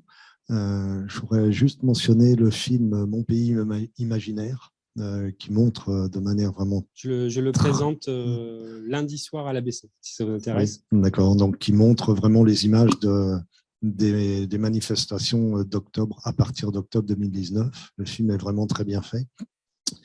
2 petites questions. Le président Boric, il a été élu en quelle année et pour combien et jusqu'à quand? Et l'autre question, je remonte dans le temps, c'est est-ce que vous pourriez expliquer pourquoi la dictature a fait cette transition pacifique? Merci. Alors, Gabriel Boric, il est élu donc, sur une campagne électorale 2021, donc il est élu 2022-2026, c'est un mandat de 4 ans. Voilà, ouais, c'est ça. Il ne peut pas être réélu dans la foulée, mais il y a moyen qu'il se représente après un autre mandat. Et donc, l'autre question, c'est sur la transition pactée au Chili. Mais en fait, cette transition pactée au Chili, elle a été possible du fait de la défaite en fait, des secteurs qui, eux, pariaient sur une sortie rupturiste, c'est-à-dire de défaire militairement et politiquement la dictature et d'aller donc vers un nouveau régime politique. C'était les secteurs du Parti communiste, de l'extrême gauche, qui, eux, voulaient affronter par une politique armée et de mobilisation et défaire la dictature et sur la base de cette défaite, ouvrir le régime. Un autre secteur de l'opposition, autour de la démocratie chrétienne, d'un parti socialiste rénové dans l'exil, au bout d'un moment dit « ce ne sera pas possible, il faut négocier en fait, avec les militaires, et y compris négocier la sortie, la transition de post-autoritaire ». C'est cette option qui a gagné, mais qui a gagné aussi grâce aux mobilisations des autres. C'est ça qui est paradoxal, puisque l'action du Front patriotique Manuel Rodriguez, d'un ensemble d'acteurs armés, a quand même affaibli la dictature. Les États-Unis, progressivement, ont lâché Pinochet, et ça, c'était très important au plan international. Et donc, Pinochet a été de plus en plus isolé et a accepté de négocier avec ce centre gauche et la démocratie chrétienne, l'idée d'une transition négociée. Mais donc, au Chili, les militaires et tous leurs alliés gardent la main, en fait, sur l'ensemble du processus. C'est eux qui disent OK d'abord au référendum, oui ou non à Pinochet. Est-ce que vous avez vu le film No de Pablo Larraín? Bon, si vous voyez ce film, il a eu un prix, il a beaucoup circulé à l'époque en France aussi. Il s'appelle Non, donc. ça retrace un peu l'histoire du référendum, oui ou non à Pinochet. Bon, après, le film, il pose pas de problème, mais bref. Et donc, mais c'est Pinochet qui, finalement, a lui-même organisé la transition en disant « Oui, d'accord, mais même si je perds, je serai encore chef des forces armées. Vous êtes d'accord? Non, vous n'êtes pas d'accord? C'est pareil. Vous devez être d'accord. » Donc voilà. Et puis, le modèle économique, j'espère que vous êtes d'accord avec lui, et le Code du travail aussi, et puis la Constitution, finalement, aussi. C'est un modèle différent de sortie plus de rupture, comme il y a eu dans d'autres pays de l'Amérique latine. L'Argentine, par exemple. En Argentine, la transition démocratique de 83, elle se fait sur la base d'une défaite militaire, celle des Malouines. Les Malouines ont un poids considérable dans la transition démocratique argentine. Ce sont des forces armées qui ont été défaites par une autre force, celle de Thatcher, qui doivent finalement lâcher du lest et accepter la transition démocratique. Ce qui explique indirectement qu'en Argentine, il y a tous les procès dans la foulée, tous les grands procès, et après il y a tous les reculs et les avancées. Au Chili, il n'y a aucun procès. Pinochet, évidemment, il est chef des forces armées, il n'accepte aucun procès. C'est que petit à petit, sur la base des mobilisations des familles de détenus disparus, qu'il va y avoir des procès. Et ensuite, il y a l'arrestation de Pinochet en 1998 par le Baltasar Garzón, qui là va vraiment marquer une inflexion. Le dictateur est arrêté en Angleterre, c'est donc possible de le juger, peut-être. Ensuite, le juge Guzman, etc. Vous avez un très bon film aussi qui s'appelle « Le juge et le général » sur cette expérience. Donc, au Chili, pour résumer, les militaires gardent la main. Et ensuite, il y a un troisième exemple latino-américain qui est beaucoup plus radical, c'est le Nicaragua. C'est une troisième option. C'est-à-dire, on défait militairement la dictature par la révolution, les sandinistes, en 1979. Et là, on débouche sur un processus révolutionnaire. C'est complètement, évidemment, aux antipodes de l'expérience chilienne. Ok, question.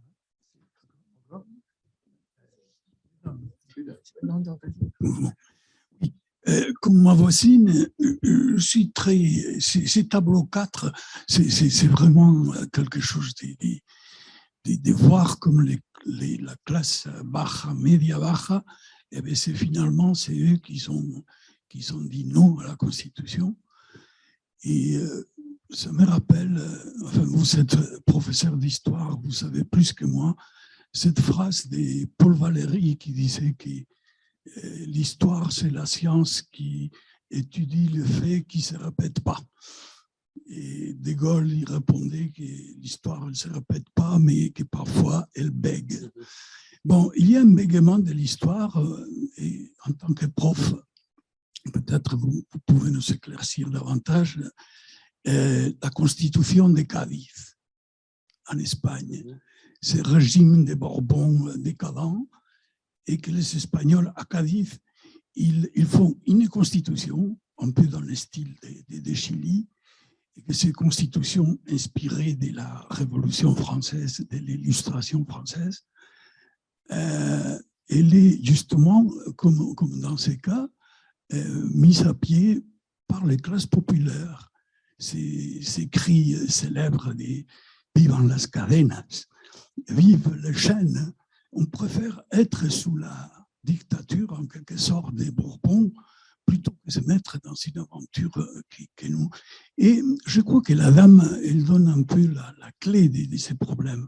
Ça a été cette campagne pour déprécier les partis politiques de la caste sociale.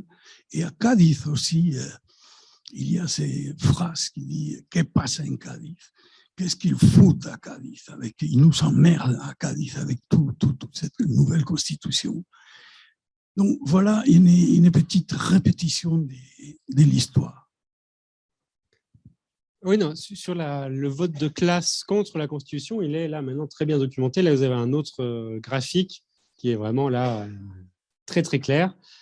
Plus on est en situation de pauvreté, plus on rejette la Constitution. Là, c'est imbattable. Donc, ça complète l'autre graphique. Ou alors, vous avez celui-ci aussi, qui est impressionnant. Au moment du référendum d'entrée dans le processus constitutionnel, oui ou non à la Constitution, les classes populaires, donc là, c'est la commune de Santiago, du Grand Santiago. Les classes populaires à Santiago sont situées à l'ouest, très majoritairement, plus Puente Alto. Les classes populaires votent très majoritairement pour une nouvelle constitution, alors que les fameux 3 communes les plus riches du pays votent beaucoup moins pour. Le référendum de sortie, c'est quasiment une décalcomanie inversée. Vous avez les classes populaires qui rejettent très massivement, alors que paradoxalement, les communes un peu plus riches votent un peu moins contre. Donc, qu'est-ce qui s'est passé entre 2020 et 2022? C'est ça la question, en fait. Ce n'est pas que les classes populaires votent pour leur chaîne, elles ont voté très massivement pour finir avec la constitution de Pinochet. Mais entre 2020 et 2022, il y a eu tout un tas d'événements qui ont fait que ces secteurs populaires ne se sont pas sentis investis par ce processus constituant. Et en parallèle, ils ont vécu la crise économique, la pandémie, et ils se sont éloignés de plus en plus du processus politique. Et ils ont commencé à voir cet espace comme de nouveau membres de la caste, en fait, selon la dénomination utilisée.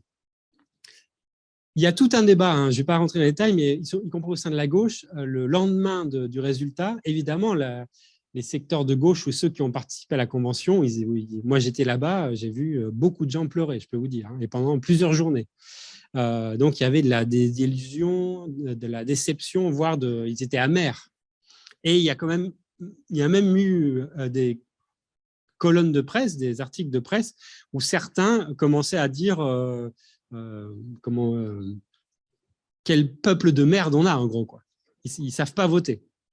Évidemment, cette idée-là, elle revient à chaque fois que l'idée que le peuple vote contre les élites. Et à chaque fois que le peuple vote contre les élites disent « mais ce peuple n'a rien compris ». Au lieu de tomber là-dedans, je pense que le plus important, c'est de comprendre les mécanismes qui ont conduit d'un vote populaire massif pour une nouvelle constitution à un vote populaire massif contre ce texte constitutionnel. Et donc là, c'est là où il faut affiner les analyses et montrer qu'il y a une déconnexion entre la réalité quotidienne et le texte constitutionnel qui fait que il y a un exemple, j'arrête là, mais un exemple très connu maintenant, Petorca. Petorca, c'est une des communes les plus pauvres du Chili et où le problème de l'eau est le plus grave au Chili. Donc au Chili, l'eau est quasiment entièrement privatisée. On peut acheter tant de mètres cubes d'une rivière, d'un lac, et vous achetez ça pour 1 an, pour 2 ans. Vous pouvez me le faire sur Internet. Si vous voulez, je suis en direct, là, j'achète tant de mètres cubes d'une rivière au Chili, et je serai propriétaire de ces mètres cubes pendant 1 an. Ils seront à moi, personne d'autre pourra l'utiliser, et je pourrai l'utiliser pour ce que je veux. Si je veux arroser ma maison, je peux le faire, ou arroser mes plantes, je peux le faire aussi, ou ma voiture, peu importe. Vous voyez l'aberration de choses. Dans un pays qui connaît une crise hydrique intense avec le changement climatique. Et à Petorca, depuis des années, la population est alimentée par citernes. Ils n'ont plus d'eau potable depuis des années. Donc, c'est vraiment terrible. Chaque litre d'eau est comptabilisé, etc. Alors qu'à côté, vous avez une énorme plantation d'avocats, des milliers d'hectares d'avocats qui, eux, ont accès à l'eau parce que l'eau a été achetée. Donc, l'eau potable a été achetée par la compagnie et donc le village n'a plus d'eau parce qu'on préfère arroser les avocats que de donner à boire au village de Petorca. Et en plus, les propriétaires, ils appartiennent à la caste politique puisqu'ils sont en même temps députés. Donc, c'est vraiment un modèle parfait. Petorca, c'est là où naît le grand mouvement de défense de l'eau, Modatima. Il y a des mobilisations intenses pour revendiquer l'eau comme un bien public. Dans la Constitution, l'eau redevenait un bien public. Et pourtant, à Petorca, à 70%, on a voté contre la Constitution. Voilà, là, c'est criant. C'est-à-dire que les habitants de Petorca n'ont pas intégré que cette nouvelle constitution pouvait être en lien direct avec leur situation de précarité hydrique. Et donc là, il y a un problème de débat démocratique très clair, c'est-à-dire les citoyens ont eu plus peur que ce que pouvait apporter la Constitution. Et la question de la peur et de l'incertitude, elle était au cœur du vote. En fait. Dans une période d'incertitude économique, de précarité, tout ce qui a été instillé, c'est dit, l'idée de cette peur, de l'incertitude que peut-être la nouvelle constitution allait apporter de l'instabilité encore plus, eh bien, ça a prévalu sur toutes les autres choses que pouvait apporter la constitution. Et donc, il y a des enquêtes qui sont faites, même à Petorca, et les gens disent « mais c'est pas qu'on est con, hein. On sait très bien que l'eau était, comme bien public dans la constitution, on était au courant. Mais on a eu peur qu'avec la nouvelle constitution, il y ait cette question de la plurinationalité, cette question de l'expropriation, que la nouvelle constitution elle a apporté encore plus d'instabilité économique. Et donc, on s'est dit, même dans notre situation, on veut mieux conserver ce qu'on a déjà que d'aller vers l'incertitude alors que la situation est merdique. Oui. Moi, ce qui m'a frappé aussi, c'est la photo que vous avez montrée de cette délibération de constitution avec cette indienne Mapuche. Et là, tout le monde avait le masque. Et pour moi, ça a marqué énormément cette pandémie. Ah oui. Et je pense qu'elle est dans le recul de toutes les luttes à tous les niveaux, même en France. Ça a été un coup d'arrêt. On est passé de la rue au confinement successif. Oui, c'est quand même un truc… Ça a joué un rôle capital, en fait. Et un bon exemple, c'est qu'en octobre 2019, il commence à se mettre en place des cabildos et asambleas territoriales, donc des grandes assemblées collectives et des espaces de discussion collective vraiment intéressants, territoriaux dans les quartiers, vraiment riches, avec beaucoup de discussions et disons, au niveau local, des grandes assemblées. Il y a même commencé à se mettre en place une coordination des assemblées territoriales à Santiago, par exemple, et ça dans tout le pays, où on se met à discuter quelle société on veut, quelle constitution, et entre voisins, en fait, de manière très large. On peut se retrouver avec le voisin, quelqu'un de gauche, avec le voisin de droite, qu'on ne peut pas parler politique. Et là, dans les assemblées, on se remet à parler politique. Et elles se sont multipliées à partir d'octobre-novembre. Et là-dessus est arrivée la pandémie. Et ça, en fait, ça a complètement éteint cette idée d'horizontalité de l'Assemblée. Et ça a participé très activement à désactiver, en fait, la force tellurique d'octobre et la possibilité qu'il y ait ce lien, en fait, qui se fasse ensuite entre l'Assemblée constituante et le local, à une échelle micro, en fait. Et donc là, effectivement, la pandémie, elle a désactivé tout un tas d'espaces de démocratie participative, on peut dire, par la base, d'autogestion démocratique même. Deux petites questions très disjointes. Est-ce que vous pourriez nous indiquer le poids des différents peuples autochtones dans l'absolu et en relatif par rapport à la population chilienne? Ça, c'est la première question. Et la deuxième, qu'est-ce que vous pouvez dire comment vous comprenez, qui êtes français et qui connaissez bien le Chili, pourquoi les médias en France, les partis politiques, les hommes politiques, les intellectuels de tous bords et de toutes couleurs et de toutes disciplines ne se sont absolument pas intéressés à ces 3 années de la vie chilienne. Moi, je trouvais que c'était un silence quasi glacial, quoi, où ils s'en foutaient. Tout ce peuple qui pourrait faire avancer la situation en France a complètement occulté ce qui s'est passé. Donc, sur les peuples autochtones, c'est autour de 11% de la population, 12%, 10%. En fait, c'est très compliqué. Ça dépend du sens et de l'auto-représentation, en fait. Évidemment, on pourrait dire on ne naît pas indigène, on le devient. Ça, c'est paradoxal, mais c'est comme ça, puisque c'est au moment où on fait l'enquête qu'on se dit ou pas indigène. Et on peut être né dans une communauté mapuche, parler mapuche et se dire métis. Et on peut être né à Santiago, ne pas parler mapuche, être métis et se dire mapuche. Moi, si je veux, au moment du sens, je me dis mapuche, je cause la case et je suis mapuche.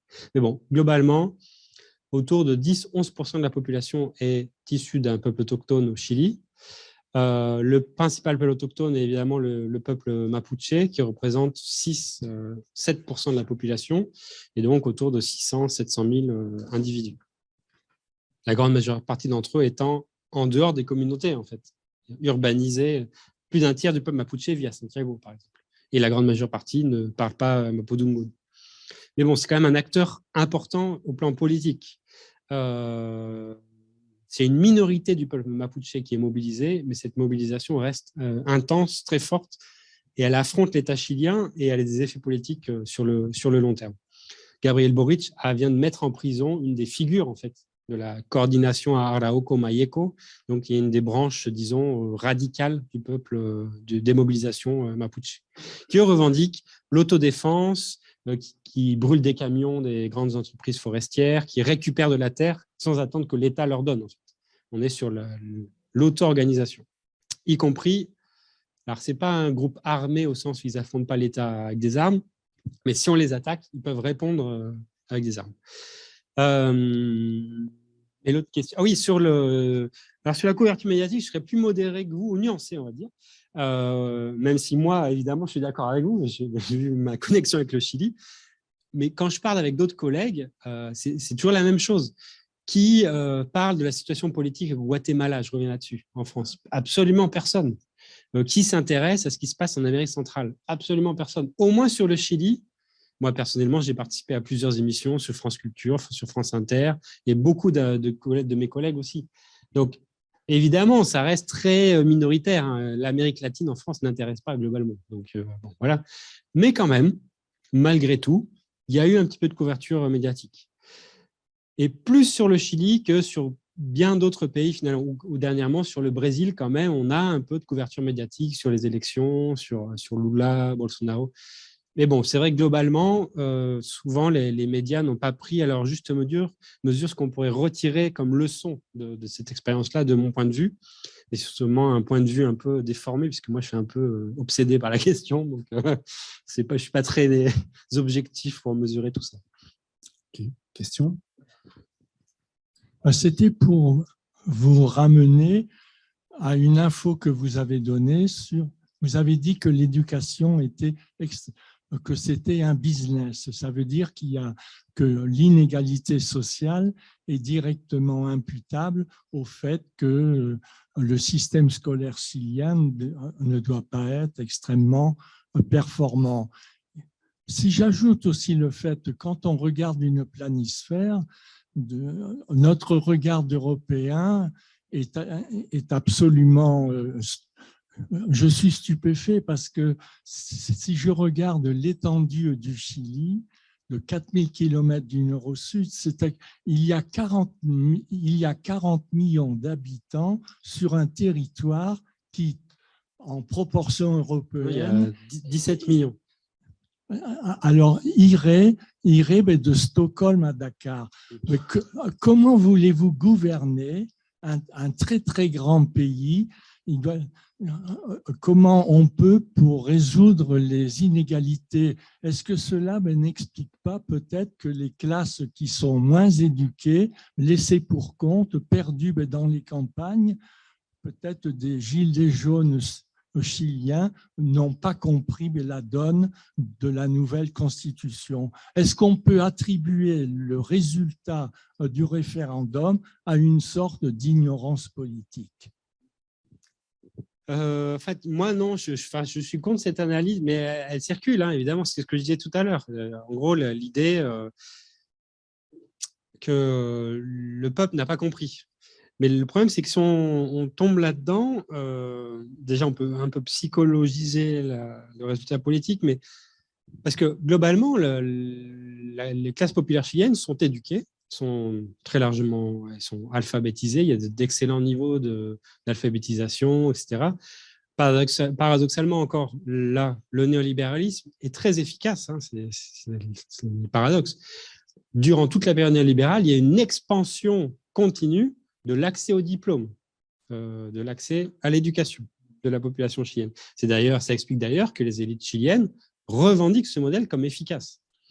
Mais elles ont accès à l'éducation au travers d'un mécanisme de marché profondément inégalitaire et qui crée aussi de l'endettement. Donc, on a accès à une éducation bas de gamme, on va dire, et une éducation de qualité suivant notre classe sociale. Mais globalement, il y a une amélioration de l'accès à l'éducation au Chili continue durant toutes ces années et à l'éducation supérieure. Toute une classe d'âge a accès à l'université désormais au Chili. Parce que, en gros, c'est impossible de trouver du travail sans avoir ces diplômes, et parce qu'il y a une multiplicité. C'est comme un supermarché, en fait. Vous avez des quartiers entiers, c'est des supermarchés de l'université. Si vous pouvez payer, vous avez votre diplôme, pour le dire un peu vite. Donc, c'est pas que Alors, on peut dire que oui, il y a toute une partie des classes populaires qui n'ont pas compris les enjeux de la Constitution au sens où ça leur est apparu comme étranger, comme un corps étranger à la discussion politique. Et ils sont restés à distance de la même manière qu'ils étaient restés à distance lors des référendums, lors de la présidentielle. Et donc, ils sont restés abstentionnistes, en fait. Mais pour expliquer quand même le fait qu'il y avait eu un sentiment majoritaire pour la Constitution et ensuite qui s'est inversé, il faut aussi affiner l'analyse et voir ces distances qui se sont créées entre disons, les classes populaires et le politique. Parce qu'en fait, autrement, on risque de tomber sur l'idée, de toute façon, il n'y a que les sachants qui peuvent voter et qui votent bien. En gros, les classes populaires sont les classes dangereuses, elles votent mal, elles sont ignorantes, elles n'ont rien compris. Et là, donc, on abandonne toute perspective en fait, démocratique, évidemment. Donc, de ce point de vue, il faut en gros repenser la chose pour savoir comment on pourrait faire pour qu'un processus constituant soit pris en charge de manière massive, démocratique, disons en bas de la société. Et ça, c'est pas effectivement, là, c'est là où ça se complique. Par exemple, moi, je pense aujourd'hui en France, vu l'état du pays, s'il y a un processus constituant, une 6e République, comme dit Jean-Luc Mélenchon, par exemple, même s'il y a un processus constituant très ouvert, très démocratique, très progressiste, il y a de fortes chances qu'il soit rejeté. Parce que le pays est très conservateur, le pays reste fortement abstentionniste, les classes populaires sont vraiment à distance de la politique. Donc, voilà, ça doit poser des questions, y compris pour la gauche qui défend une nouvelle constitution, ce dont je fais partie d'ailleurs. OK. Alors, avant encore les questions pour la salle, je voudrais dire aux gens qui sont à distance qu'ils peuvent poser des questions aussi. Donc, il faut pour ça qu'ils lèvent la main, qu'ils nous fassent savoir qu'ils ont des questions à poser. Donc, et on leur passera la parole. Avant de passer pour un témoignage, là, je voudrais juste une question. Au Brésil, on sait que les évangélistes, les églises évangélistes ont été très lourdes dans la faible victoire de Lula.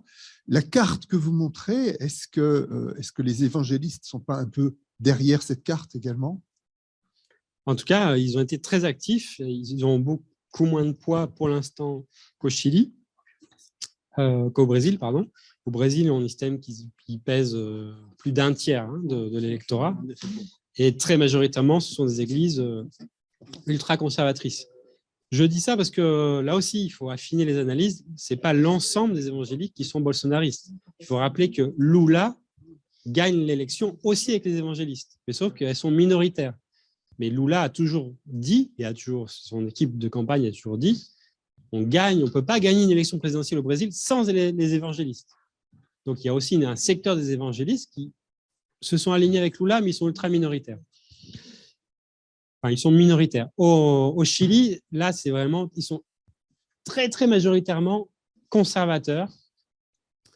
Ils ont moins de poids qu'au Brésil parce que l'Église catholique reste hégémonique encore à ce jour. Elle a beaucoup de relais au sein du Parlement et elle est très conservatrice. On sait le poids de l'Opus Dei, par exemple, au sein du Parlement chilien, il est capital. Les légionnaires du Christ aussi sont très présents. Et donc là, ils sont sur des positions radicales, fondamentalistes en fait. Ce sont des intégristes du catholicisme. Donc eux, ils sont sur des positions évidemment de rejet massif et elles sont activement relayées tous les dimanches au moment d'aller à la messe. Alors les Chiliens sont de moins en moins pratiquants, mais ils sont de plus en plus perméables par contre aux pratiques évangélistes. Donc il y a une sorte de transfert du catholicisme pratiquant vers des pratiques évangéliques qui sont plus diffuses, beaucoup plus actives dans d'autres réseaux sociaux. C'est ça la force des évangélistes. Ils font aussi des cantines, du chant, de l'entraide. Et ils vont là où ne vont plus les catholiques, en fait, dans les quartiers populaires, là où les narcos sont présents, les évangéliques sont présents. Et d'ailleurs, parfois, ils s'entendent assez bien, ils se répartissent le territoire. Et donc, là, il y a un relais politique qui est vraiment fort et qui pèse dans la balance. Et d'ailleurs, Antonio Cast, donc l'extrême droite, la nouvelle extrême droite, a compris ça. Et Cast, donc il est intégriste catholique, et avant la campagne, il s'est converti à l'évangélisme. Donc toute sa famille est catholique dure, mais lui s'est converti à l'évangélisme. Donc lui, il couvre les deux espaces. tout en étant issu vraiment, lui, il a des relais avec la dictature, sa famille a participé à la répression, elle vient de ses aïeux viennent de l'Allemagne nazie, etc. Donc lui, il a tout pour plaire. Mais il est là et il va être là, à mon avis, beaucoup plus dans le futur. Il a compris l'échec, alors c'est peut-être un peu rapide, mais l'échec à ce stade du gouvernement Boric, l'échec du texte constitutionnel féministe, paritaire, démocratique, plurinational. Et donc, il a compris que le bolsonarisme au Chili est en train de se construire. Donc, son objectif, c'est de faire ce qu'a fait Bolsonaro au Brésil, de le faire au Chili. Et il vise directement déjà le prochain mandat, la prochaine campagne. Et si ce n'est pas pour celle-là, ce sera pour la prochaine. Mais donc, il construit. Il a déjà un groupe parlementaire, alors qu'il n'existait pas il y a 5 ans. Et donc, voilà, il y a cette polarisation, cette extrême droitisation de la société qu'on voit en France, qu'on voit à l'échelle globale, existe évidemment au Chili. Il y a un excellent bouquin qui vient d'être traduit et vient de sortir en France à la découverte de Pablo Stefanoni, d'ailleurs, que j'aimais même ici, que je vous conseille sur ces questions-là, parce qu'il traite de manière transversale Amérique latine et Europe. Alors moi, j'ai la version en espagnol, mais donc c'est en français, je ne sais plus comment s'appelle le livre, mais en gros, la révolte est-elle devenue de droite? Et donc Stefanoni travaille le trumpisme, le bolsonarisme et les extrêmes droites européennes et montre que la force de ces extrêmes droites-là, c'est qu'elles sont populaires, elles sont ancrées dans le pays, dans les quartiers, et elles peuvent même à un moment donné récupérer l'idée qu'elles sont l'alternative face au discrédit des néolibéraux, du centre de l'extrême centre, comme dit Tariq Ali.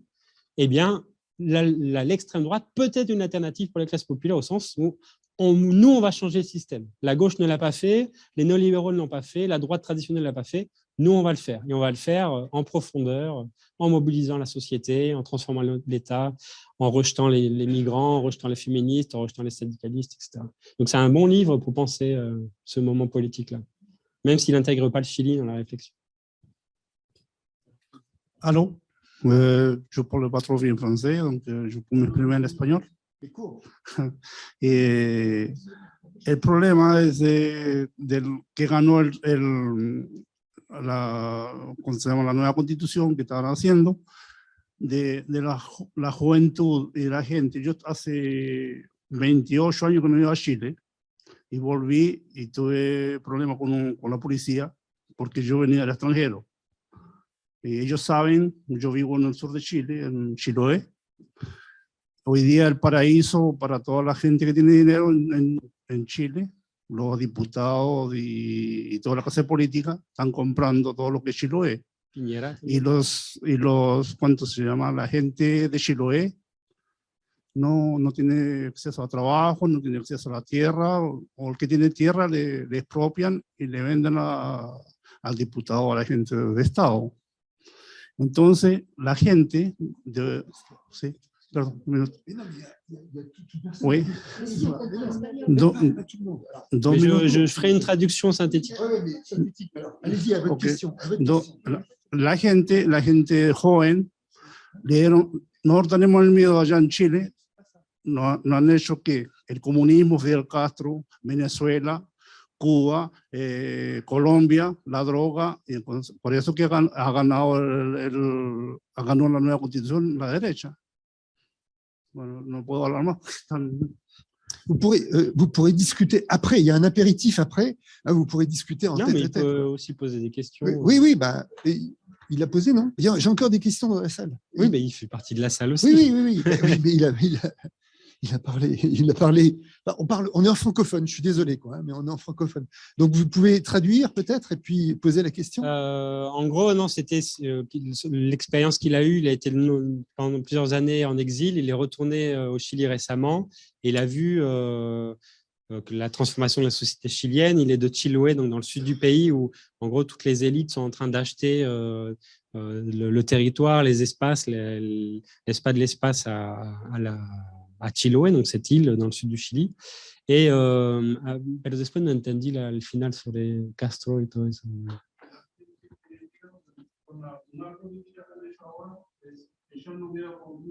Ah oui, donc il y a aussi une peur anticommuniste, en fait. Et donc, cette idée que le Chili deviendrait une nouvelle Cuba, le castrisme, le Venezuela, qui a aussi joué dans la campagne et qui a fait que la droite a gagné l'élection. D'accord, ok. Alors, on s'arrête là, hein, on arrive au bout de la conférence. Là, on continuera les discussions autour de l'apéro. Et donc, on est à la dernière question. Là. Voilà. Juste pour compléter, est-ce que vous ne pensez pas que le résultat du rejet du référendum, là, le rejet du référendum n'est pas dû à une certaine illusion de la part du mouvement de 2019, c'est-à-dire que quand on participe à un mouvement de masse dans les rues, etc., on a l'impression que tout le pays est avec vous, alors qu'on n'a pas forcément des contacts avec le pays profond, que le pays profond, il n'est pas forcément avec vous. Et je pense que c'est quelque chose d'assez classique, quoi.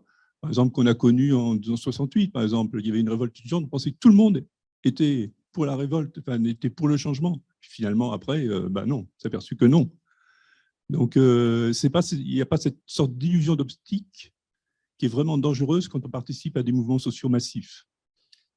Dangereuse, enfin, en tout cas, il faut prendre de la distance, effectivement, oui. Parce que, oui, ça c'est très clair. En fait, la massivité d'octobre 2019 a pu faire croire à un moment donné que la société chilienne néolibérale, conservatrice, catholique, le divorce au Chili, c'est 2004, le vote du divorce pour les femmes. Vous imaginez, 2004.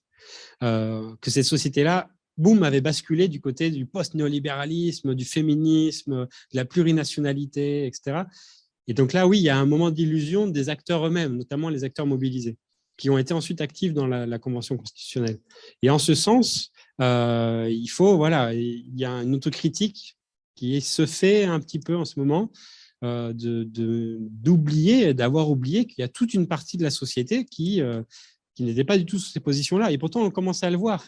La montée en force de caste au premier tour, en première ligne, commençait à dire non, toute une partie de la société chilienne est plutôt sur des positions très conservatrices, de retour à l'ordre.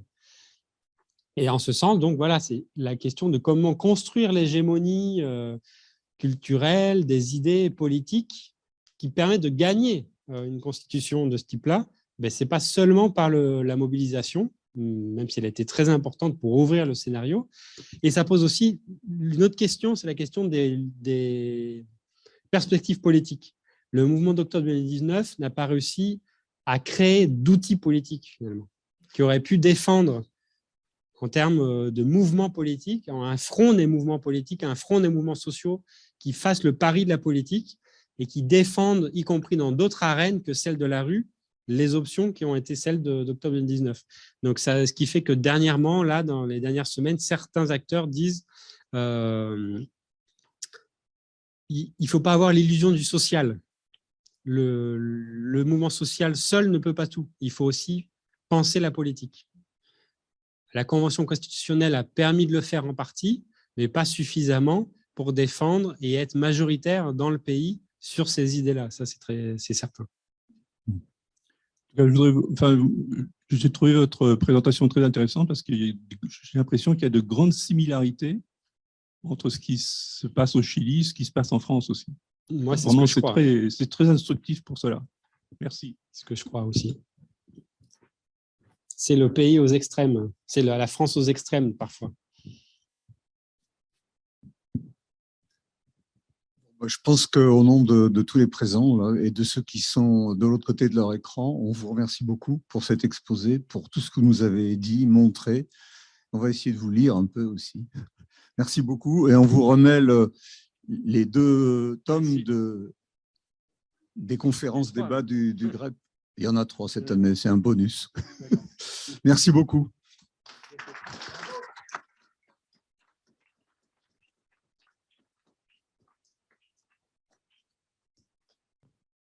Pour ceux et celles qui veulent, il y a manière de voir pour approfondir. Il y a des choses sur la table là-bas.